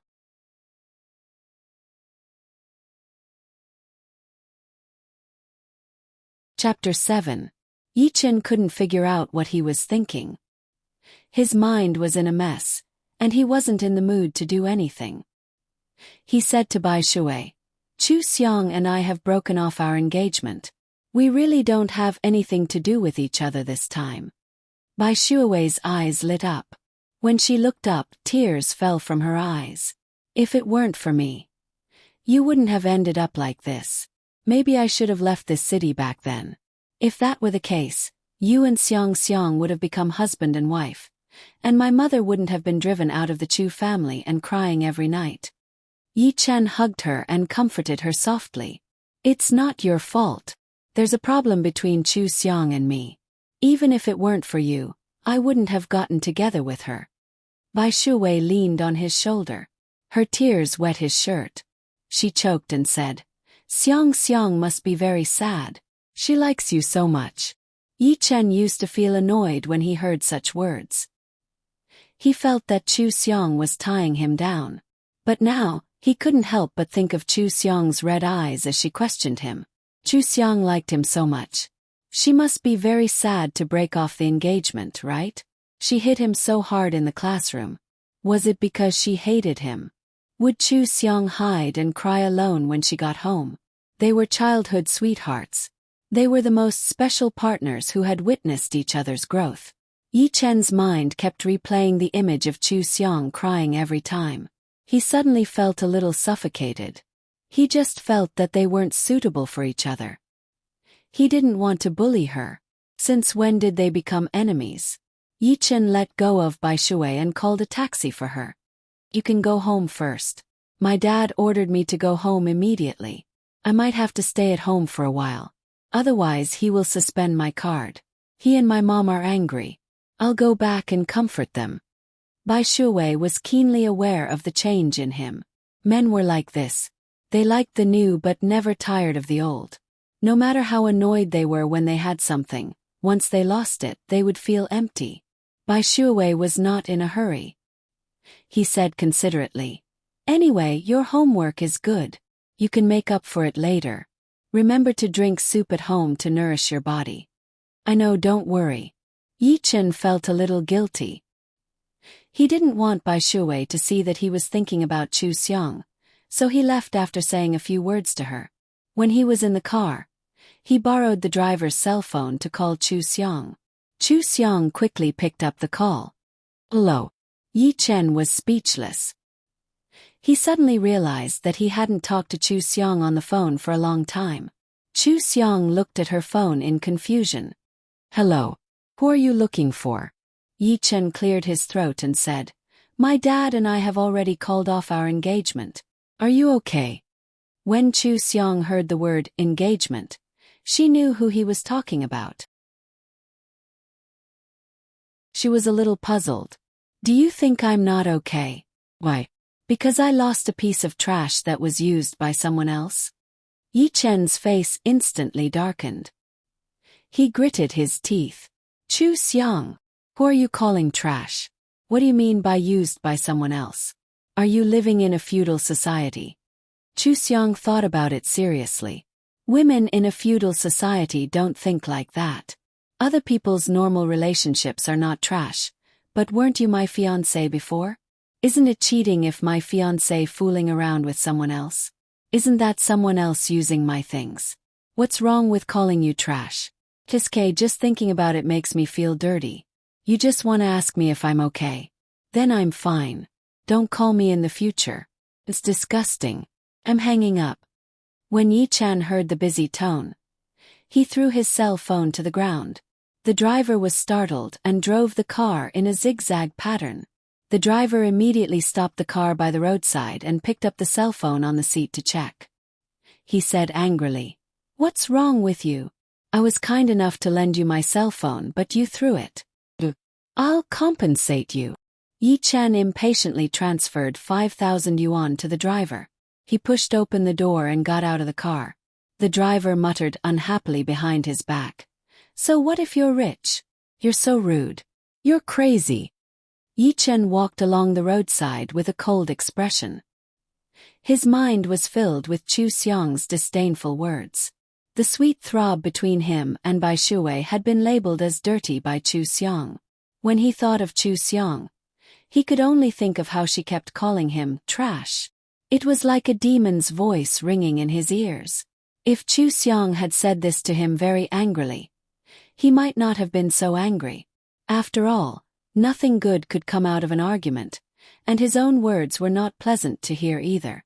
However, Chu Xiong was just calmly saying that something had happened. The truth was, Chu Xiong really thought that way in her heart. Chu Xiong suddenly agreed to break off the engagement, threw away their things, refused to see him, and refused to pick up his calls. Could it be that she thought he was dirty? Yi Chen's hands in his pockets clenched into fists. He was so angry that his chest heaved up and down. He dialed the number at home. Instead of calling the driver to pick him up, he thought to himself. He sneered as he thought to himself. Chu Xiong disliked him. He still disliked Chu Xiong for being bad in every way. Today Chu Xiong was unyielding. He wanted to see what kind of man Chu Xiong could find. After Chu Xiong hung up the phone, she called for a door-to-door service and changed her SIM card. The original owner of the body used to be inseparable from Bai Shuwei. She didn't have any other best friends. Even if they were close, they weren't particularly close. Moreover, those weren't the current Chu Xiong. She only told her parents, tutors, and people at the company her phone number. She would add the others in the future if they were fated to. This way, she probably wouldn't receive any calls from that scumbag Rao. Chu Xiong arranged Feng Qing's schedule in the study at home. She sent it to Assistant Liang for approval. Assistant Liang quickly approved it and even sent her a like emoji. After Chu Xiong finished her work, she took out an English major book to read. Feng Qing brought in a glass of milk and reminded her, "Don't stay up too late. You still have classes tomorrow morning." Chu Xiong looked at the time and smiled. "It's 10 o'clock now. I'll go to bed at 11. Mom, don't worry. I'll rest when I'm tired." "Okay, see for yourself." Feng Qing was happy to see her daughter focusing on her career. She smiled and stroked her hair before leaving. Love was illusory and difficult to control. Her career was much more reliable than love. If Chu Xiong could grow up and take over the Dongfang group, then even if her love life didn't go well in the future, she would have a huge group to rely on. Feng Qing stood at the door for a while. After returning to her room, she drafted a plan. She listed everything she could teach Chu Xiong and the projects the company could let Chu Xiong participate in. She planned to train Chu Xiong in a planned way. Now that the child had grown up, it was time for her to lead her to see a wider world. The next day, Chu Xiong wore a red V-neck dress to class. Her high ponytail was tied behind her head. She looked very energetic, but she was as good-looking as before. She had a kind of aggressive beauty. Bai Shuwei's temperament was the complete opposite of hers. She wore a pure white dress with a soft and beautiful face. She looked gentle and lovely. Her slight smile made people feel like they were bathing in the spring breeze. The two of them could be said to be enemies on a narrow road. They walked up the stairs from the east and west and happened to meet at the door. The students nearby who noticed them subconsciously lightened their footsteps. They didn't dare to imagine what it would be like if the two beauties quarreled. The girl next to Bai Shuwei tugged at Bai Shuwei and said, "Wei Wei, be careful." Bai Shuwei pursed her lips, stopped in her tracks, and walked toward Chu Xiong as if she had something to say. Chu Xiong didn't look at her at all. As she walked, she took out her textbook from her bag and walked into the classroom without stopping for a second. She found a seat in the middle of the first row and sat down to read the textbook seriously. Bai Shuwei's prepared words were suddenly choked in her throat. She had already revealed a smile. Many people could tell that she was about to speak to Chu Xiong, but Chu Xiong acted as if she didn't see her and just walked past her. She was so embarrassed that she wished she could rewind and start over. If she had known that Chu Xiong would ignore her, she would have treated Chu Xiong as if she didn't exist. Bai Shuwei walked into the classroom with her head lowered. The girl next to her muttered a few words about Chu Xiong and pulled Bai Shuwei to sit in the last row. Chu Xiang read 2 pages of the textbook and took out her phone to send a message to Special Assistant Liang to confirm her schedule. After they agreed to meet at 2 o'clock, she set her phone to vibrate and looked up to wait for the teacher to come in. This lesson was about accounting. Chu Xiang realized that it had something to do with the company's account books, so she learned it very seriously. The teacher recognized that she was Chu Xiang, who had caused the number of posts on the forum to skyrocket. On a whim, he asked her to answer a few questions. Unexpectedly, Chu Xiang answered all of them correctly. It was obvious that she had prepared in advance. The teacher smiled with satisfaction. Before the class ended, he said, "All of you have to be as serious as Chu Xiang. You can only learn real knowledge if you work hard. When I ask questions in the next class, I hope that all of you can answer all of them correctly like Chu Xiang did today." Class is dismissed. Chu Xiang looked at the time and quickly put the textbook into her bag. The girl next to her looked at her and plucked up her courage. "Chu Xiang, you are awesome." It was the first time that Chu Xiang had heard someone praise her in this world. She smiled at her sincerely. "Thank you."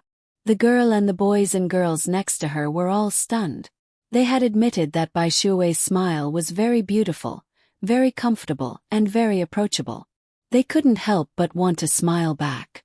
However, Chu Xiang smiled. Her smile was sunny and full of enthusiasm, revealing unparalleled confidence and publicity. It was impossible for people to look away. Before Chu Xiang, they had never thought that a smile could be so infectious. Chu Xiang usually didn't pay much attention to people. This was the first time that they had seen her smile so sincerely. Someone immediately said boldly, "Chu Xiang, you should smile more. You look so beautiful when you smile." "Yeah, Chu Xiang, you look better than a celebrity. I have a feeling that you will become the campus goddess." "Thank you." Chu Xiang smiled at them again. She took her bag and stood up. "I'm in a hurry. I'll be leaving first. Goodbye." "Goodbye." A few students nearby smiled and waved at her. They felt that she wasn't difficult to get close to and that she was quite a nice person. At this moment, the girl next to Bai Shui suddenly pulled Bai Shui and ran in front of Chu Xiang. She stopped her and said, "Chu Xiang, what do you mean by this? You pretended to be blind when you saw Wei Wei just now. Now you know how to talk to people. You know very well why Yi Chen dumped you. Besides, didn't you take the breakup fee? What right do you have to blame Wei Wei?"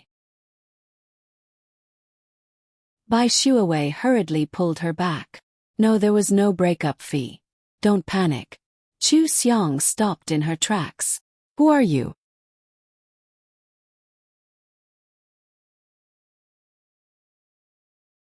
Chapter 8.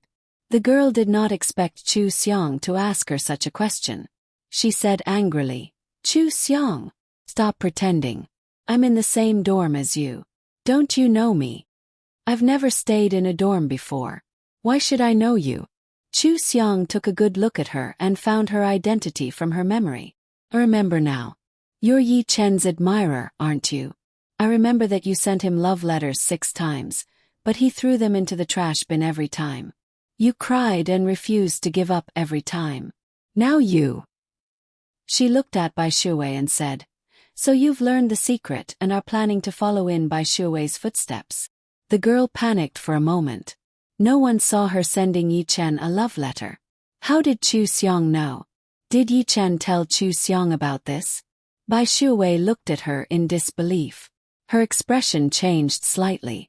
The girl grabbed Bai Shuiwei's hand and explained, "There's no such thing. Wei Wei, don't believe her." Then she glared at Chu Xiang. "Chu Xiang, don't try to drive a wedge between us. What evidence do you have?" Chu Xiang crossed her arms and scrutinized her. "Why should I look for evidence? You're so strange. The idol you like cheated on you.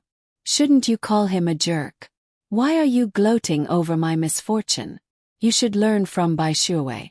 Remember how she pretended to be innocent and escaped unscathed. It's useless for you to jump out and remind everyone that Bai Shuiwei is a mistress. You'll only make Yi Chen hate you. Also, it's not that Yi Chen dumped me. It's that I think he's dirty. This kind of trash doesn't deserve me. He's perfect for Bai Shuiwei. I'm in a hurry. I don't have time to talk nonsense with you. Chu Xiang walked around them and walked out. After taking 2 steps, she stopped and looked back at her. What did you say just now? Breakup fee. You can ask Yi Chen if he can afford my breakup fee. He can only lend the apartment under his name to Bai Shuwei. Bai Shuwei, remember to work hard to change that apartment to your name. Be careful not to lose both the woman and the money. Chu Xiang thought of the sadness and pain of the original owner of the body. She looked at Bai Shuwei and chuckled. Get up. I planned to give you a house in Daijing Garden when you graduated from college. But now your mother is no longer my servant and you are no longer my sister. I'm going to give it to you. Just thinking about it makes me sick. I'll sell it and donate the money to charity. You've wasted so much of my time today. Wait for the school's punishment. Remember, don't come near me in the future. As soon as Chu Xiang finished speaking, the phone in her hand rang. She picked up the phone and heard Special Assistant Liang asking her where she was. She looked at her watch and said, I'll be there in 20 minutes. I won't let President Xiao wait. Special Assistant Liang, please slow down with my mother. Tell the driver not to drive too fast. With that, Chu Xiang strode out of the classroom, leaving the students in the classroom in silence. A boy spoke first. Daijing Garden. I had nothing to do before and looked at the estate agent's entrance. The second-hand house cost 80,000 yuan per square meter. There are no houses less than 100 square meters in that district. So Chu Xiang was going to give Bai Shuwei a house worth 8 million yuan. Now she's going to donate the 8 million yuan. Seems. It might be bigger than 100 square meters. Then it might be worth 10 million yuan. Is Chu Xiang so rich? The girl who was scolded by Chu Xiang couldn't help but say, You believe her? We don't know if she has a house or if she'll donate it. Isn't it just her mouth? She's still better than you. You like Yi Chen but you don't pursue him openly.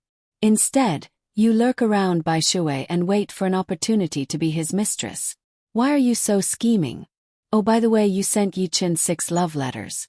Yi Chen and Chu Xiang were still a couple at that time, right? So you wanted to be his mistress for a long time. No wonder. This is a trick you learned from Bai Shuwei. Wasn't Bai Shuwei lurking around Chu Xiang and being his mistress? In the end, he could only stay in an apartment with Yi Chen. If he had clung on to Chu Xiang, he could have lived in a mansion worth tens of millions. Do you regret it, Bai Shuwei? The behavior of the scumbag mistress was actually disgusting to many people, not to mention that they were classmates. College students were more innocent and righteous than the people in society. Usually no one would say anything. But seeing them making trouble for Chu Xiang twice in a row and even trying to be vague and distort the truth in front of everyone was displeased. Were they fools? Couldn't they tell who was good and who was bad? They couldn't help but mock them. After Bai Shuwei snatched Yi Chen away, Chu Xiang didn't go to school, so the matter didn't blow up. She tried her best to change everyone's impression of her and tried to anger Chu Xiang so that everyone would sympathize with the weak. But she knew Chu Xiang well. Even if she tried to sound her out, she would only try to sound her out lightly. But today, these idiots who had just gotten close to her ruined everything. She heard some of her classmates mocking her and calling her a scheming B****. She knew that the more she said, the worse the situation became. She grabbed her bag and ran away crying. No matter what her classmates thought, they would still feel uncomfortable when they saw someone crying because they bullied her. Bai Shuwei wanted to take advantage of this and find a chance to let everyone understand her helplessness in the future. The girl's expression changed. When she realized that all her classmates were looking at her, she immediately flew into a rage. What are you doing? After scolding Bai Shuwei, you want to scold me now? What did I say wrong? How can Chu Xiang's family compare to Yi Chen's family? Look at her now. Didn't she get hospitalized when Yi Chen dumped her? Then she drove a sports car to school after she was discharged. Her jewelry is several grades better than before. If Yi Chen didn't give her a breakup fee, then what else could it be? Didn't some people guess the same on the forum? Guessing means that it's not the truth. You even brought this up. You deserve to be scolded. Also, if she took a breakup fee, why would she be so rude to Yi Chen? Do you have a brain? Forget it. Bai Shuwei ran away. You'd better chase after her and coax her. If you coax her, you'll have a chance to steal her boyfriend. The students were not interested in this matter. They packed up their things and walked out. They were in a love triangle in the past. Why did this girl get involved? She was crazy. Some gossipy students discussed as they walked out. Does Chu Xiang mean that Bai Shuwei's mother is a servant of the Chu family? Then Bai Shuwei is with Chu Xiang because she's the daughter of the Chu family's servant. Damn, the servant's daughter stole her sister's boyfriend. That's so shocking. That's too disgusting. No wonder Chu Xiang felt disgusted when she mentioned that she wanted to give Bai Shuwei a house. Oh my god, it's too good to be friends with Chu Xiang, right? It's fine to give her a house worth tens of millions. On the other hand, Yi Chen is our school's Prince Charming. He cheated on Bai Shuwei and didn't give her anything. Did you notice that Bai Shuwei's clothes aren't in fashion recently? Is it because Chu Xiang doesn't buy her any clothes? This is so interesting. It's useless to steal Miss Bai's man these days. It's better to be friends with Miss Bai. Did you hear that? Chu Xiang called President Xiao and Special Assistant Liang. She seems to be in a hurry to do something. What are you doing at her house? Does anyone know? Someone has already posted on the forum. Hey, look, there's someone. This person is anonymous. She knows Chu Xiang. Chu Xiang is the daughter of a super-rich family in Beijing. Her parents are the chairman of the Dongfang Group. The Dongfang Group was a first-class company in the business world. University students had more or less paid attention to well-known companies, so they naturally knew the level of the Dongfang Group. That post instantly boiled over.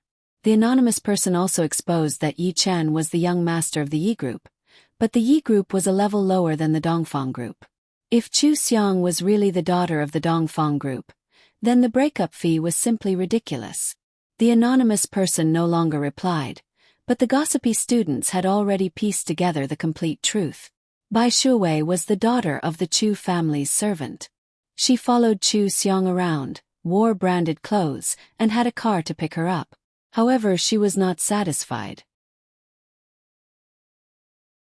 She stole Chu Xiang's man and tried to marry Yi Chen to become a rich lady. Now that Chu Xiang had chased Bai Shuwei's family out of the Chu family, they lived in Yi Chen's apartment. If Bai Shuwei successfully married into the Yi family, she would be a shameless and scheming B***tch. If Yi Chen dumped her, then it would be interesting. After all, Chu Xiang could give Bai Shuwei a million-yuan mansion. Would Yi Chen give it to her? She did not want to suffer a double loss in the end. As for Yi Chen, he probably really liked Bai Shuwei. After this incident, he fell off the altar. The label of Prince Charming completely became the label of a scumbag. Chu Xiang's dirty chat trash became one of Yi Chen's nicknames. People who hated him mentioned him on the forum as that dirty chat trash. Bai Shuwei ran home and stared at the direction of the forum. She was so angry that her eyes turned red. The image she had painstakingly built was completely ruined. This incident was spread like wildfire in the school. What would the Yi family think of her? Chu Xiang did not even look at the school forum. She drove to the appointed tea house and called the tutor as she walked in. Quarrels between students were one thing, but if one party was obviously at fault and the other party was determined to pursue the matter, the school would still deal with it. Chu Xiang. Teacher, I had some unpleasantness with my classmates in the classroom today. They not only delayed my internship work, but also caused a bad influence among the students. If they are not punished for such a mistake, I am worried that others will follow suit. I hope you can stop their bad behavior in time and let the students know that it is wrong to harass others. Chu Xiang briefly described the situation and said that all the students in the major could testify. The tutor had already seen the post. Hearing that Chu Xiang was firm and that Bai Shuwei and the others were a little unreasonable and caused a bad influence, he said, I understand this matter. After discussing it with the director, The punishment will be given. You can focus on your studies and your internship. Don't be affected by these things. Okay, thank you, teacher. Chu Xiang solved the problem in the school way and put the matter at the back of her mind in the blink of an eye. She went into the reserved room and sat down. She took out the project documents for final confirmation. A man came over and knocked on the door 3 times. Hello, I am Xiao Han. Are you Sister Chu? Chu Xiang looked up and saw a young man in a black tailor-made suit. His facial features were very good-looking. The gold-rimmed glasses on the high bridge of his nose covered his sharp eyes and sharp eyebrows, giving him a strong and mature feeling. From his face, Chu Xiang saw the meticulous tie on his tie. She suddenly understood what it meant to be abstinent. It was a fatal attraction that made people want to peel off his clothes to find out what was inside. Chu Xiang stood up and stretched out her hand. She smiled and said, Hello, President Xiao. Nice to meet you. I am Chu Xiang.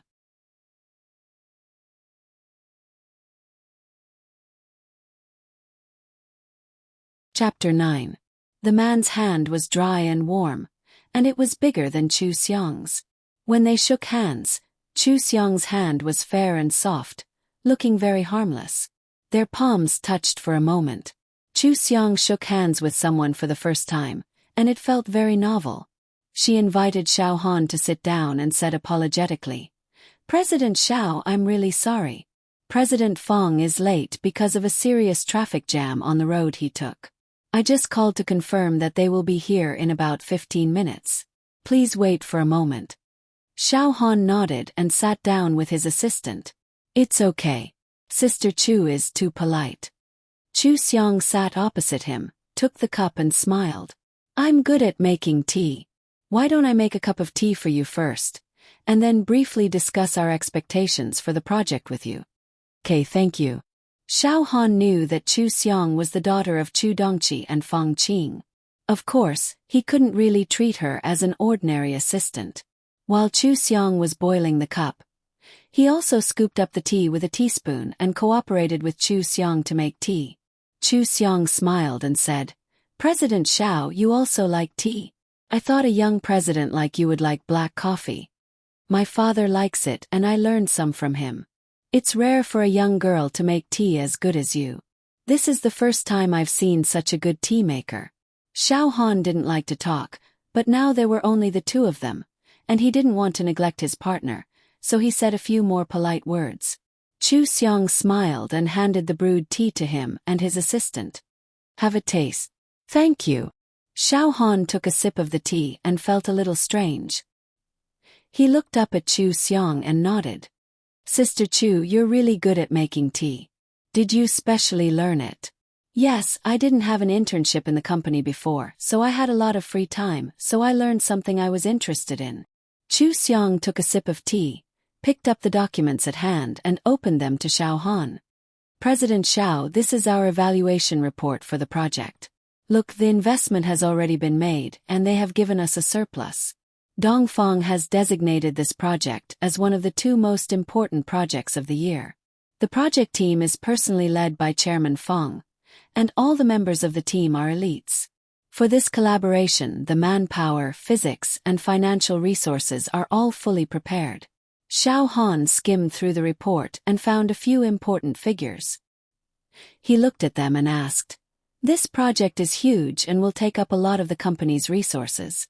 Dongfang has another important project this year. If there is a conflict, how will it be resolved? Chu Xiang flipped the document to the last page and smiled. This is the start date of our other project. It's a few months later than this project, and it's still in the preparation stage. There's no conflict with this project. Moreover, this was the responsibility of the team led by Chairman Chu.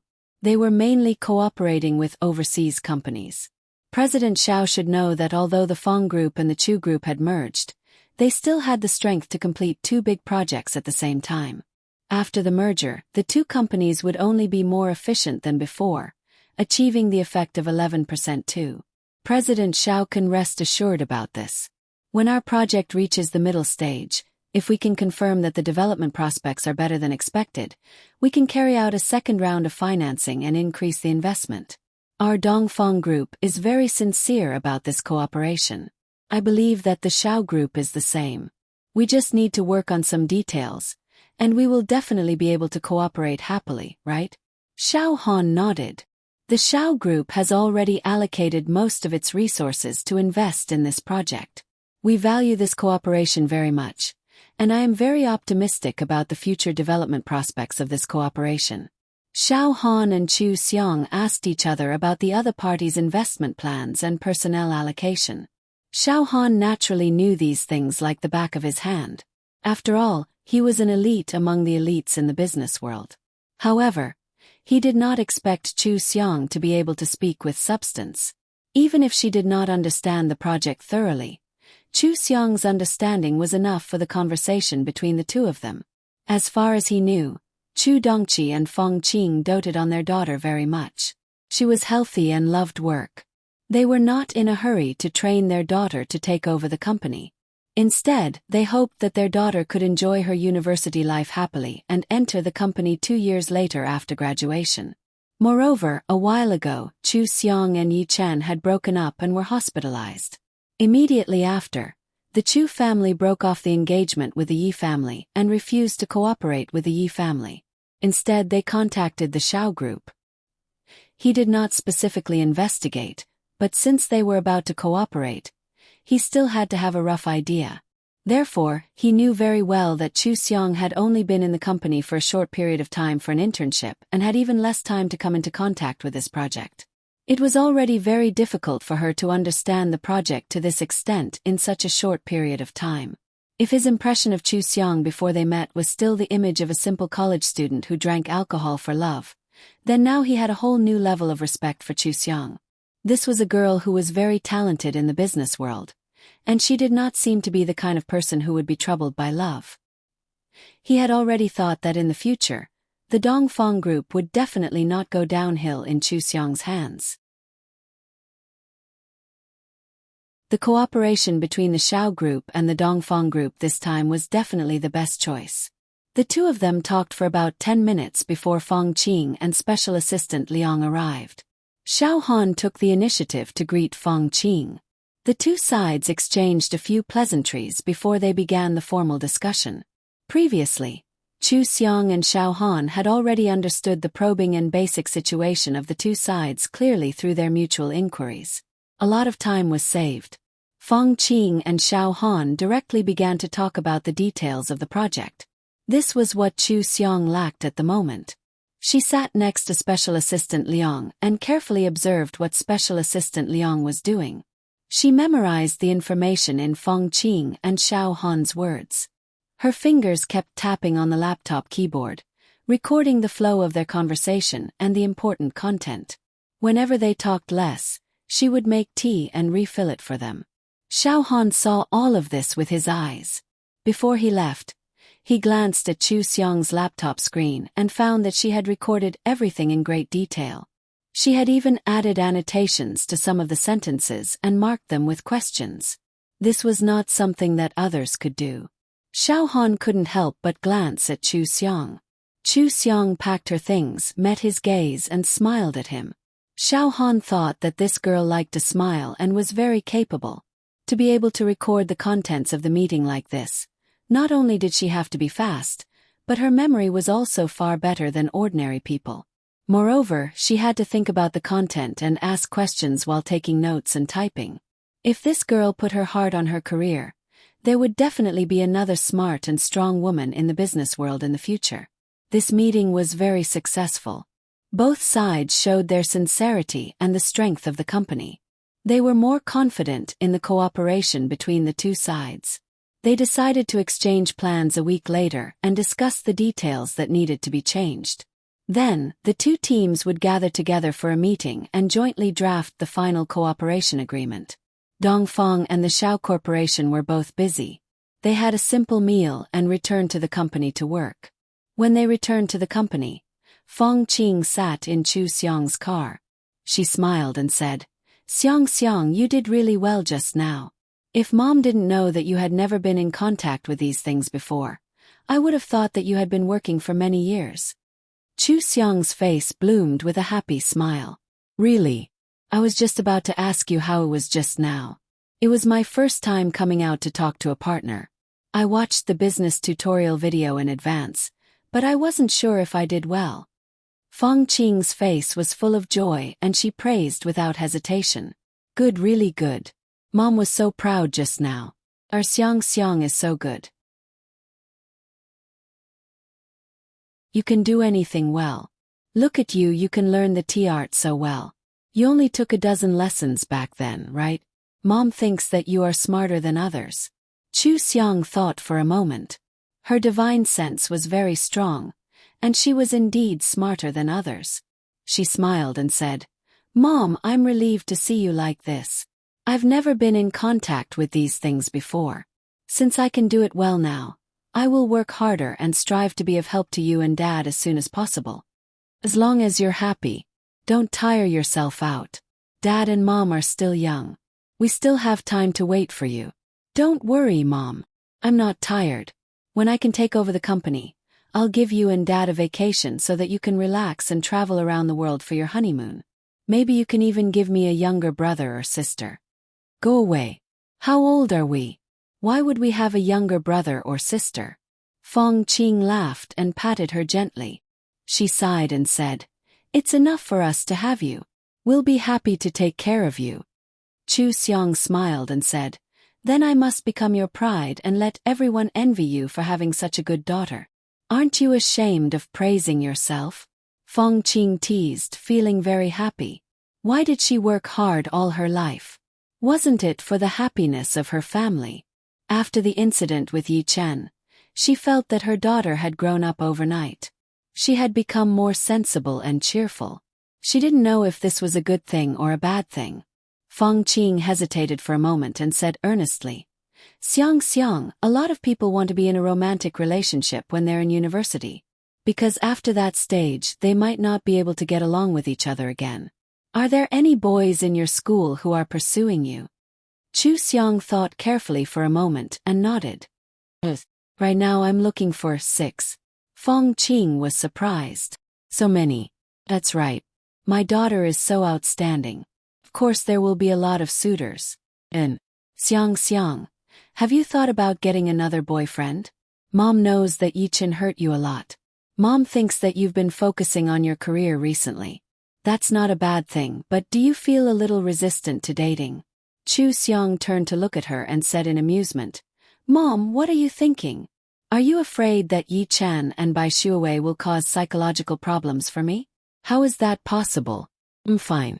It's just that those classmates who are pursuing me in school haven't touched my heartstrings. I just happen to be interested in the company, so I'm more enthusiastic about work. In the future, if I really meet a good man, I won't be restrained. Mom, don't worry. Oh, then Mom doesn't have to worry. By the way, what kind of boy do you like? Can he be with Mom?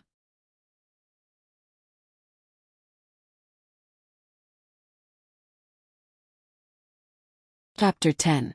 Chu Xiang listened to Feng Qing's words and thought about it seriously. What kind of boy did she like? Devil cultivators always gathered when they were in agreement and separated when they were not. Their lives were so long, and each person's development was different. Sometimes they even entered the secret land and did not come out for hundreds of years. They did not even know if the other person was alive or dead. As they lived for a long time, their personality would inevitably change. Their thoughts were different at each stage, and the suitable person was different. They would hardly stay with anyone for a long time. What kind of man could attract her to be a partner for a period of time? It must be someone who could attract her attention and make her happy. Otherwise, why would she need a partner? The kind of incompetent woman who found a man to rely on was called a concubine. She was strong enough and did not mind if the man was weaker than her. The most important thing was that he could make her happy. Chu Xiang smiled at Feng Qing. Mom, I don't think it's a good thing to choose a type. I like traditional tea ceremony, milk tea and coffee. Many types of men are very good. I like whoever can make me happy. Feng Qing was stunned. What if the one who makes you happy is a professional white face? Chu Xiang replied matter-of-factly. It's not easy to coax me. Can't I afford a gigolo? Feng Qing heard this for the first time. She thought about it and found that her daughter was right. They had a big family and a big business. Couldn't they afford a white face?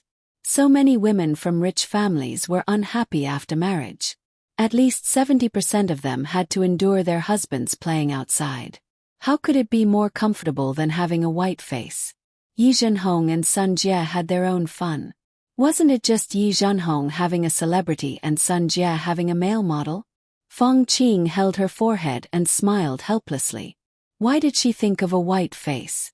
She thought about her life with Chu Dongqi and said, "Yours is different from the relationship between husband and wife. Husband and wife must tolerate each other in order to go far. With this kind of tolerance and sacrifice, the relationship between husband and wife will be stronger and more intimate. When they encounter setbacks, they can become each other's support and overcome them together without abandoning each other. If you have children, this kind of family is also more stable. Don't be afraid of marriage. Although marriage needs to be carefully managed, it's not that difficult to meet the right person. Moreover, it's willing. You can feel joy and happiness from it." Chu Xiang raised her hand to interrupt Feng Qing. Mom, wait a minute. Think about it, life is so short, only a few decades. If you encounter any accidents, it will be even shorter. I have to run a business, I have to learn about things that interest me, I have to have time for my own enjoyment, and I have to make a few good friends to play with. Then I only have a little bit of leisure time left. Why do I have to find the right person to tolerate him? Why do I have to manage a marriage that I don't know if it will end well? If I find someone who makes me happy, I don't need to think about the ending. If he makes me uncomfortable, I can find another person who makes me happy. Think about it, no matter if my life is 10 years, 30 years or 70 or 80 years, I'll still be happy and blissful. I'll have someone to make me happy in all my leisure time, and I won't have to manage my family. How relaxing and comfortable would that be? If you want to get through this, I don't need anyone else. Can do it myself. If I can't solve it myself, then there's no point in relying on others to help me. Feng Qing felt that she was usually very eloquent, but now she couldn't refute her daughter. If she and Chu Dongqi were happy, then it was normal for couples like the Yi couple in this circle. She thought about it and had to admit that marriage was a gamble. No one could guarantee that the person they met would be suitable for them, and they couldn't guarantee that the future development of life would allow them to live happily ever after. However, if Chu Xiang kept herself happy, she could really guarantee a lifetime of happiness. Wasn't her original intention to make her daughter happy? Feng Qing felt that she had gotten herself involved. The more she thought about it, the more confused she became. She waved her hand and said, Forget it. Anyway, you're still young. Don't think about marriage." Chu Xiang smiled and said, "Mom, don't worry. My life is too short. I have a lot of things to do. I don't think there's enough time, and I don't want to spend too much energy on inexplicable things. You see, I'm very happy now. Why are you thinking about this?" "That's right. How did you get involved in this? People are all women. Their brain circuits run in circles. The topic at the end and the topic at the beginning can be thousands of miles apart." "That's true." Feng Qing laughed heartily. She no longer worried about whether she would marry or raise a gigolo. Anyway, it was fine as long as her daughter was happy like this. Chu Xiang threw this topic to the back of her mind in the blink of an eye. She felt that time was too short. People here rarely lived to 100 years old. In the past, when she was in meditation, she might have lived for 100 years. There were so many new things here. She wanted to know too much. However, there was nothing new about men. There were men in every world. If there was really a man who could make her happy, it would be good to be a temporary partner. However, it was meaningless to look for a man. She didn't have the time.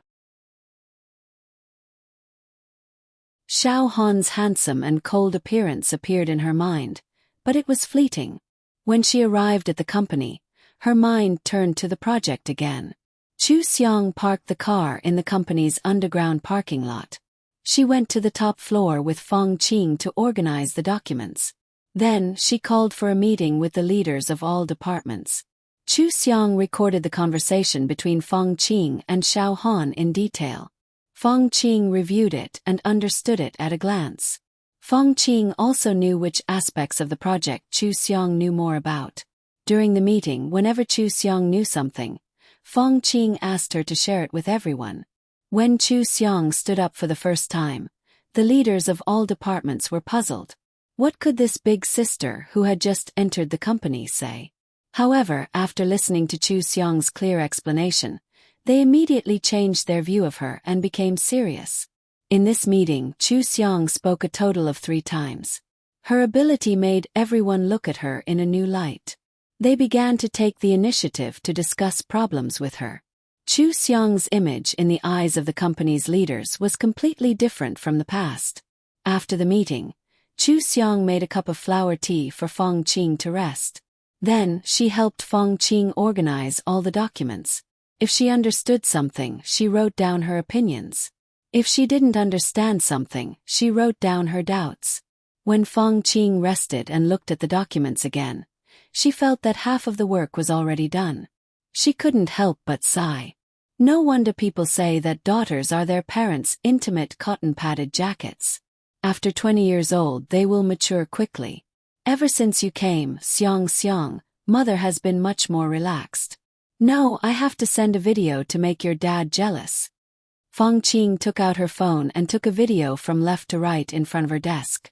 She said, "Dongqi, look at how considerate Xiang is. I can get off work early again today. Maybe in a year or 2 I can retire." Chu Xiang was lying on the sofa eating fruit. She laughed and said, "Mom, you're worried that Dad won't bring you a gift when he comes back. How dare he? If he doesn't bring a gift, let him sleep in the guest room." Fong Qing smiled and put away her phone.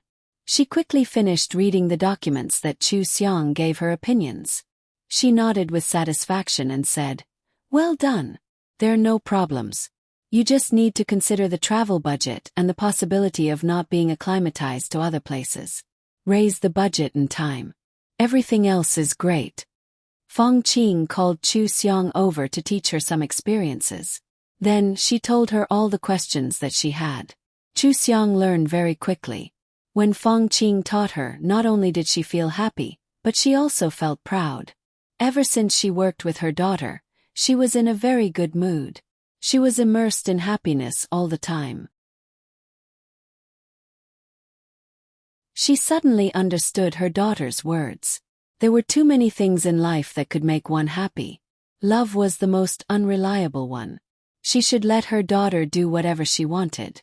After getting off work early, Chu Xiang and Fong Qing went to have a candlelit dinner. After returning home, Chu Xiang looked at the English dictionary for an hour. She memorized countless words and fell asleep contentedly. When school started, Chu Xiang clearly felt that most of her classmates looked at her with admiration. Some of them seemed to be a little afraid of her and stayed far away from her. She walked into the class and sat in the middle of the first row as usual. She opened her textbook and prepared to preview. A girl 2 seats away suddenly said to her, "Chu Xiang, you're amazing. How did you do it?" The department posted an announcement to give Bai Shuwei and her a serious warning. This time they've embarrassed themselves. Chu Xiang remembered that she had complained to the tutor. She asked curiously, "What kind of warning? You still don't know?" Someone took a picture and posted it on the forum. "Let me find it for you." The girl quickly opened the campus forum and clicked on the post to show Chu Xiang the picture. "Look, if they make another mistake, they'll be given a demerit. If they seriously affect other students, they'll be expelled. This is a warning to everyone." Chu Xiang looked at the content of the picture. It was indeed quite serious. In fact, this wasn't considered a punishment. After all, it wasn't recorded in their files. It was just a warning. However, students at this age were very concerned about their reputation. They even posted it in a place where all the teachers and students could see it. "Wasn't that embarrassing?" the girl asked. "Chu Xiang, how did you think of asking the tutor to punish them?" Chu Xiang was puzzled. Shouldn't we go to the tutor if we have problems in school? I remember the tutor said this when school started. Yes, but if it were someone else, they might beat them in private. It's more satisfying. Chu Xiang shook her head. It's a waste of time. Besides, it's illegal to beat people up. The girl blinked and burst out laughing. Chu Xiang, I didn't realize it before. You're really interesting. Chu Xiang smiled and opened her textbook to read. Every world had its own rules. Demon cultivators always like to play with the rules and exploit loopholes. She had just arrived in this world. Even if she had the memories of the original owner, she didn't understand the laws of this world. She only knew that there were cameras everywhere in this world. There were even eyes. There was no need to test the bottom line of the law over such trivial matters. Now, for some reason, no one came to harass her. This proved that a warning to the entire school was more effective than a beating. Wasn't this good?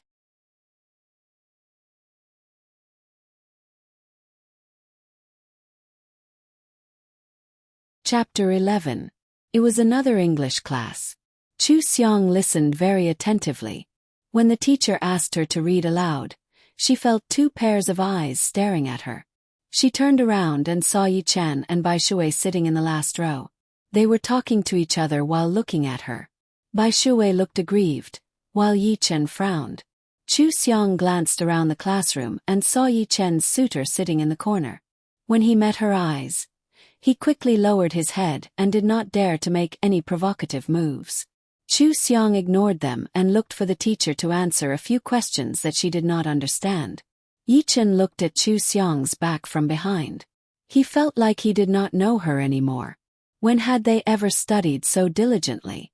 When they grew up, they entered the company to train themselves, and they inherited the family business.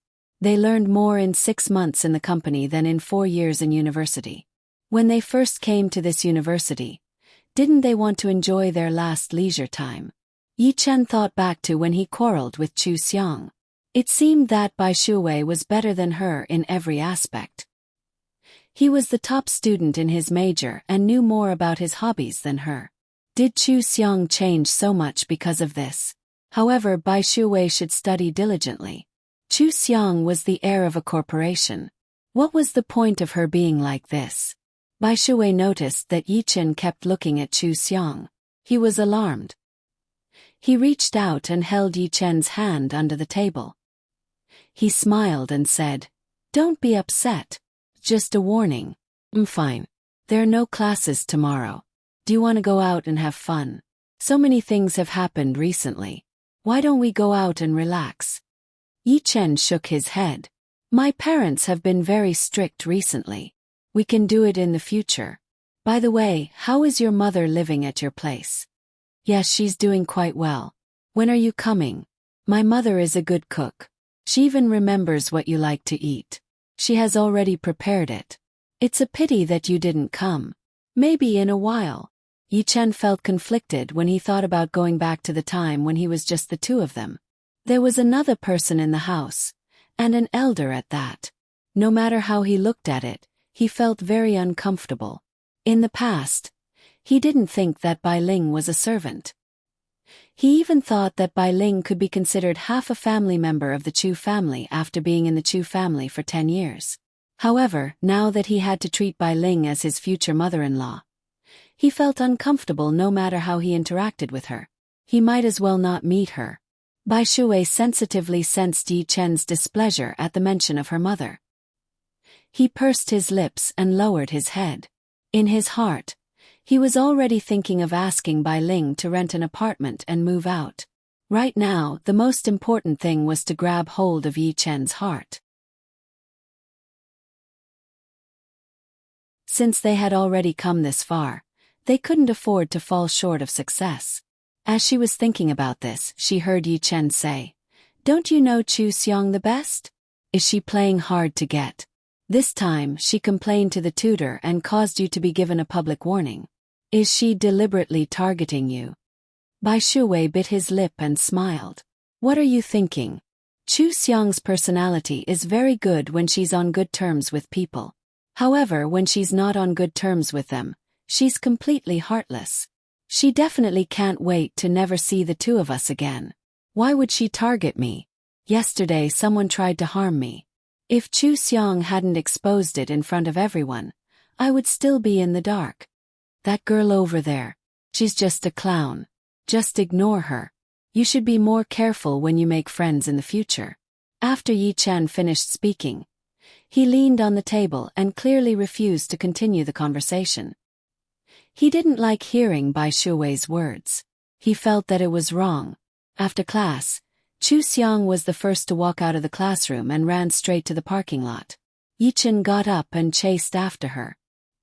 He only said to Bai Shui, "I have something urgent to attend to. You can go back by yourself."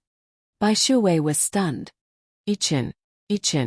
Yi Chen quickly ran out of the classroom and stopped Chu Xiong in the parking lot. "Chu Xiong, can we settle this in private? If the teachers find out, it won't look good for everyone.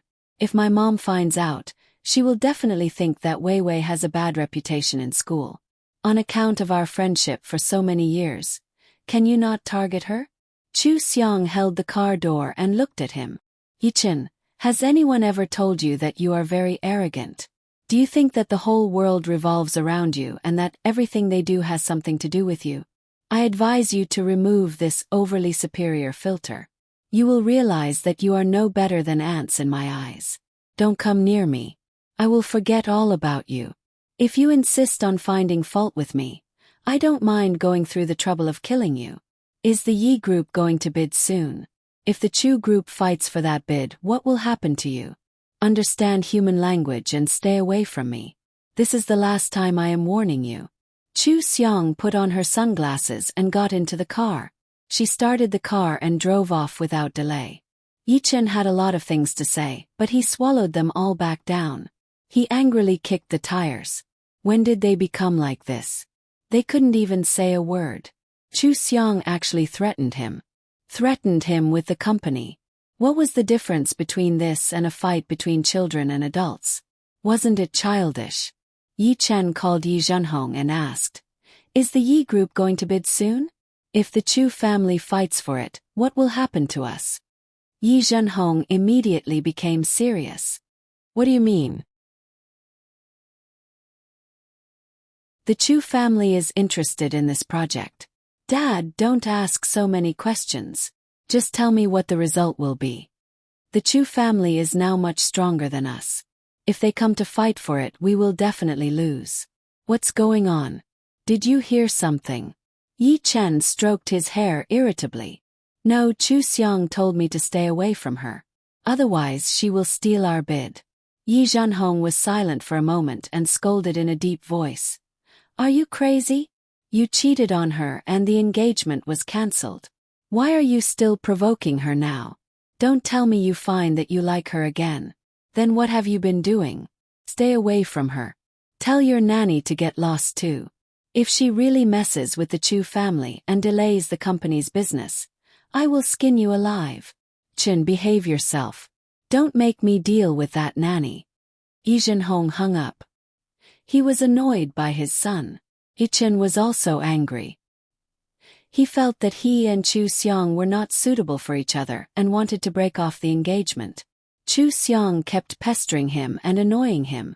Why did it seem that everything changed overnight? He was pestering her and Chu Xiong was annoyed by him.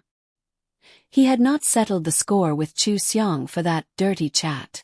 Chu Xiong actually threatened him with the company's business. She was really like Bai Shuiwei. Chu Xiong was heartless to anyone she did not want to be with. She did not care about old friendships at all. Yi Chen sneered. He was not a wretch. If he did not want to tell Chu Xiong not to target Bai Shuiwei, would he have come to look for Chu Xiong? Chu Xiong was the one with a strong sense of superiority, wasn't she? Since Chu Xiong was so ruthless, he would never look for her again. Yi Chen was in a bad mood. He asked a few people to go to the bar to drink. During this time he hung up on Bai Shuiwei's calls. He was not in the mood to talk about love with Bai Shuiwei. He would rather drink in the bar. A group of bad friends sang and danced. They drank and even asked beautiful girls to accompany them. Yi Chen drank one glass after another. After he was drunk, he took out his cell phone and called Chu Xiang. "Hello, the number you have dialed is not in service. Please check the number before dialing again." Yi Chen pushed the girls beside him away and grabbed a rich second-generation heir. He asked with a lisp, "Do you have Chu Xiang's number? Find it." The rich second-generation heir took out his phone book. "Isn't this the number?" Yi Chen took a look at the number that he had memorized. "No, it's not in service." "Ah, then she has deleted it." The rich second-generation heir stood up and clapped his hands. "Hey, does anyone have Chu Xiang's new number?" A few people who had Chu Xiang's number took out their phones. In the end, they found that it was her old number. They tried WeChat and found that Chu Xiang's WeChat account had been deleted. They looked at each other. "What's wrong? Does Chu Xiang not want to keep in touch with us? What do you know? I heard from my uncle that Chu Xiang is very capable now.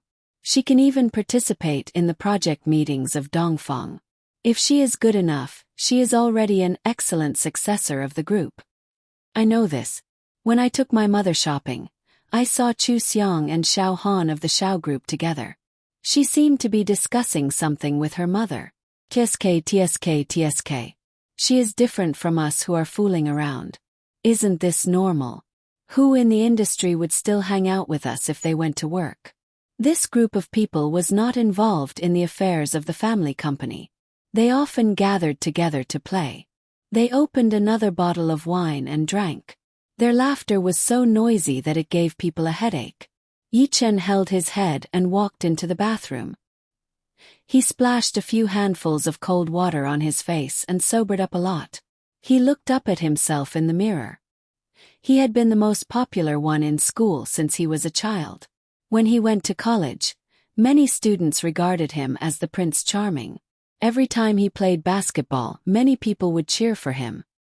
He had always been outstanding, but now that he thought of Chu Xiang, why did he feel that Chu Xiang was ahead of him? Chu Xiang went to the company for an internship. Chu Xiang participated in project meetings. Chu Xiang could still threaten him with the company's bid. But he didn't even know that his company was going to bid. He accompanied Bai Shuwei to class, eat and play. This feeling was too uncomfortable. Yi Chen stared at the mirror and gradually clenched his fists. After a while he called Yi Zhenhong. "Dad, I want to work in the company." Yi Zhenhong listened to the loud music on his side and frowned unhappily. "You want to work in the company? Are you drunk?" Yi Chen wiped his face. "No, I don't want to be outdone by Chu Xiang. Feel like a stray dog now." Yi Zhenhong was silent for a moment and said coldly, "I'll ask the driver to pick you up. Go home immediately and come to the company with me tomorrow. Ichin, remember how you feel now. Don't let the Chu family look down on you." Yi Zhenhong had been holding back his anger. In his eyes, a nanny was a trivial matter. In the end, the company lost more than 1 billion yuan. His heart was bleeding. When he heard others praise the Chu family's daughter for being successful and knowing how to help the family, he was even angrier. His son only cared about that nanny. If it weren't for the fact that he was afraid that his son would react violently and make a fool of himself, he would have dealt with that nanny long ago. This time, Yi Chen wanted to go to the company to study, which finally made him feel better. He had always felt that Yi Chen was very outstanding. Even if he was temporarily outdone by the Chu family, he believed that in the future, when both companies fell into the hands of Yi Chen and Chu Xiang, Yi Chen could lead the Yi group to surpass the Chu family. Every dog has its day. There was still a long way to go. Yi Chen fell asleep in the Yi family's driver's car. His phone kept ringing and the screen showed that it was Bai Shuwei. The driver glanced at his phone and put it on silent mode. That night, Bai Shuwei was worried that Yi Chen and Chu Xiang would be together. He called Yi Chen more than 30 times, but he couldn't get through even once.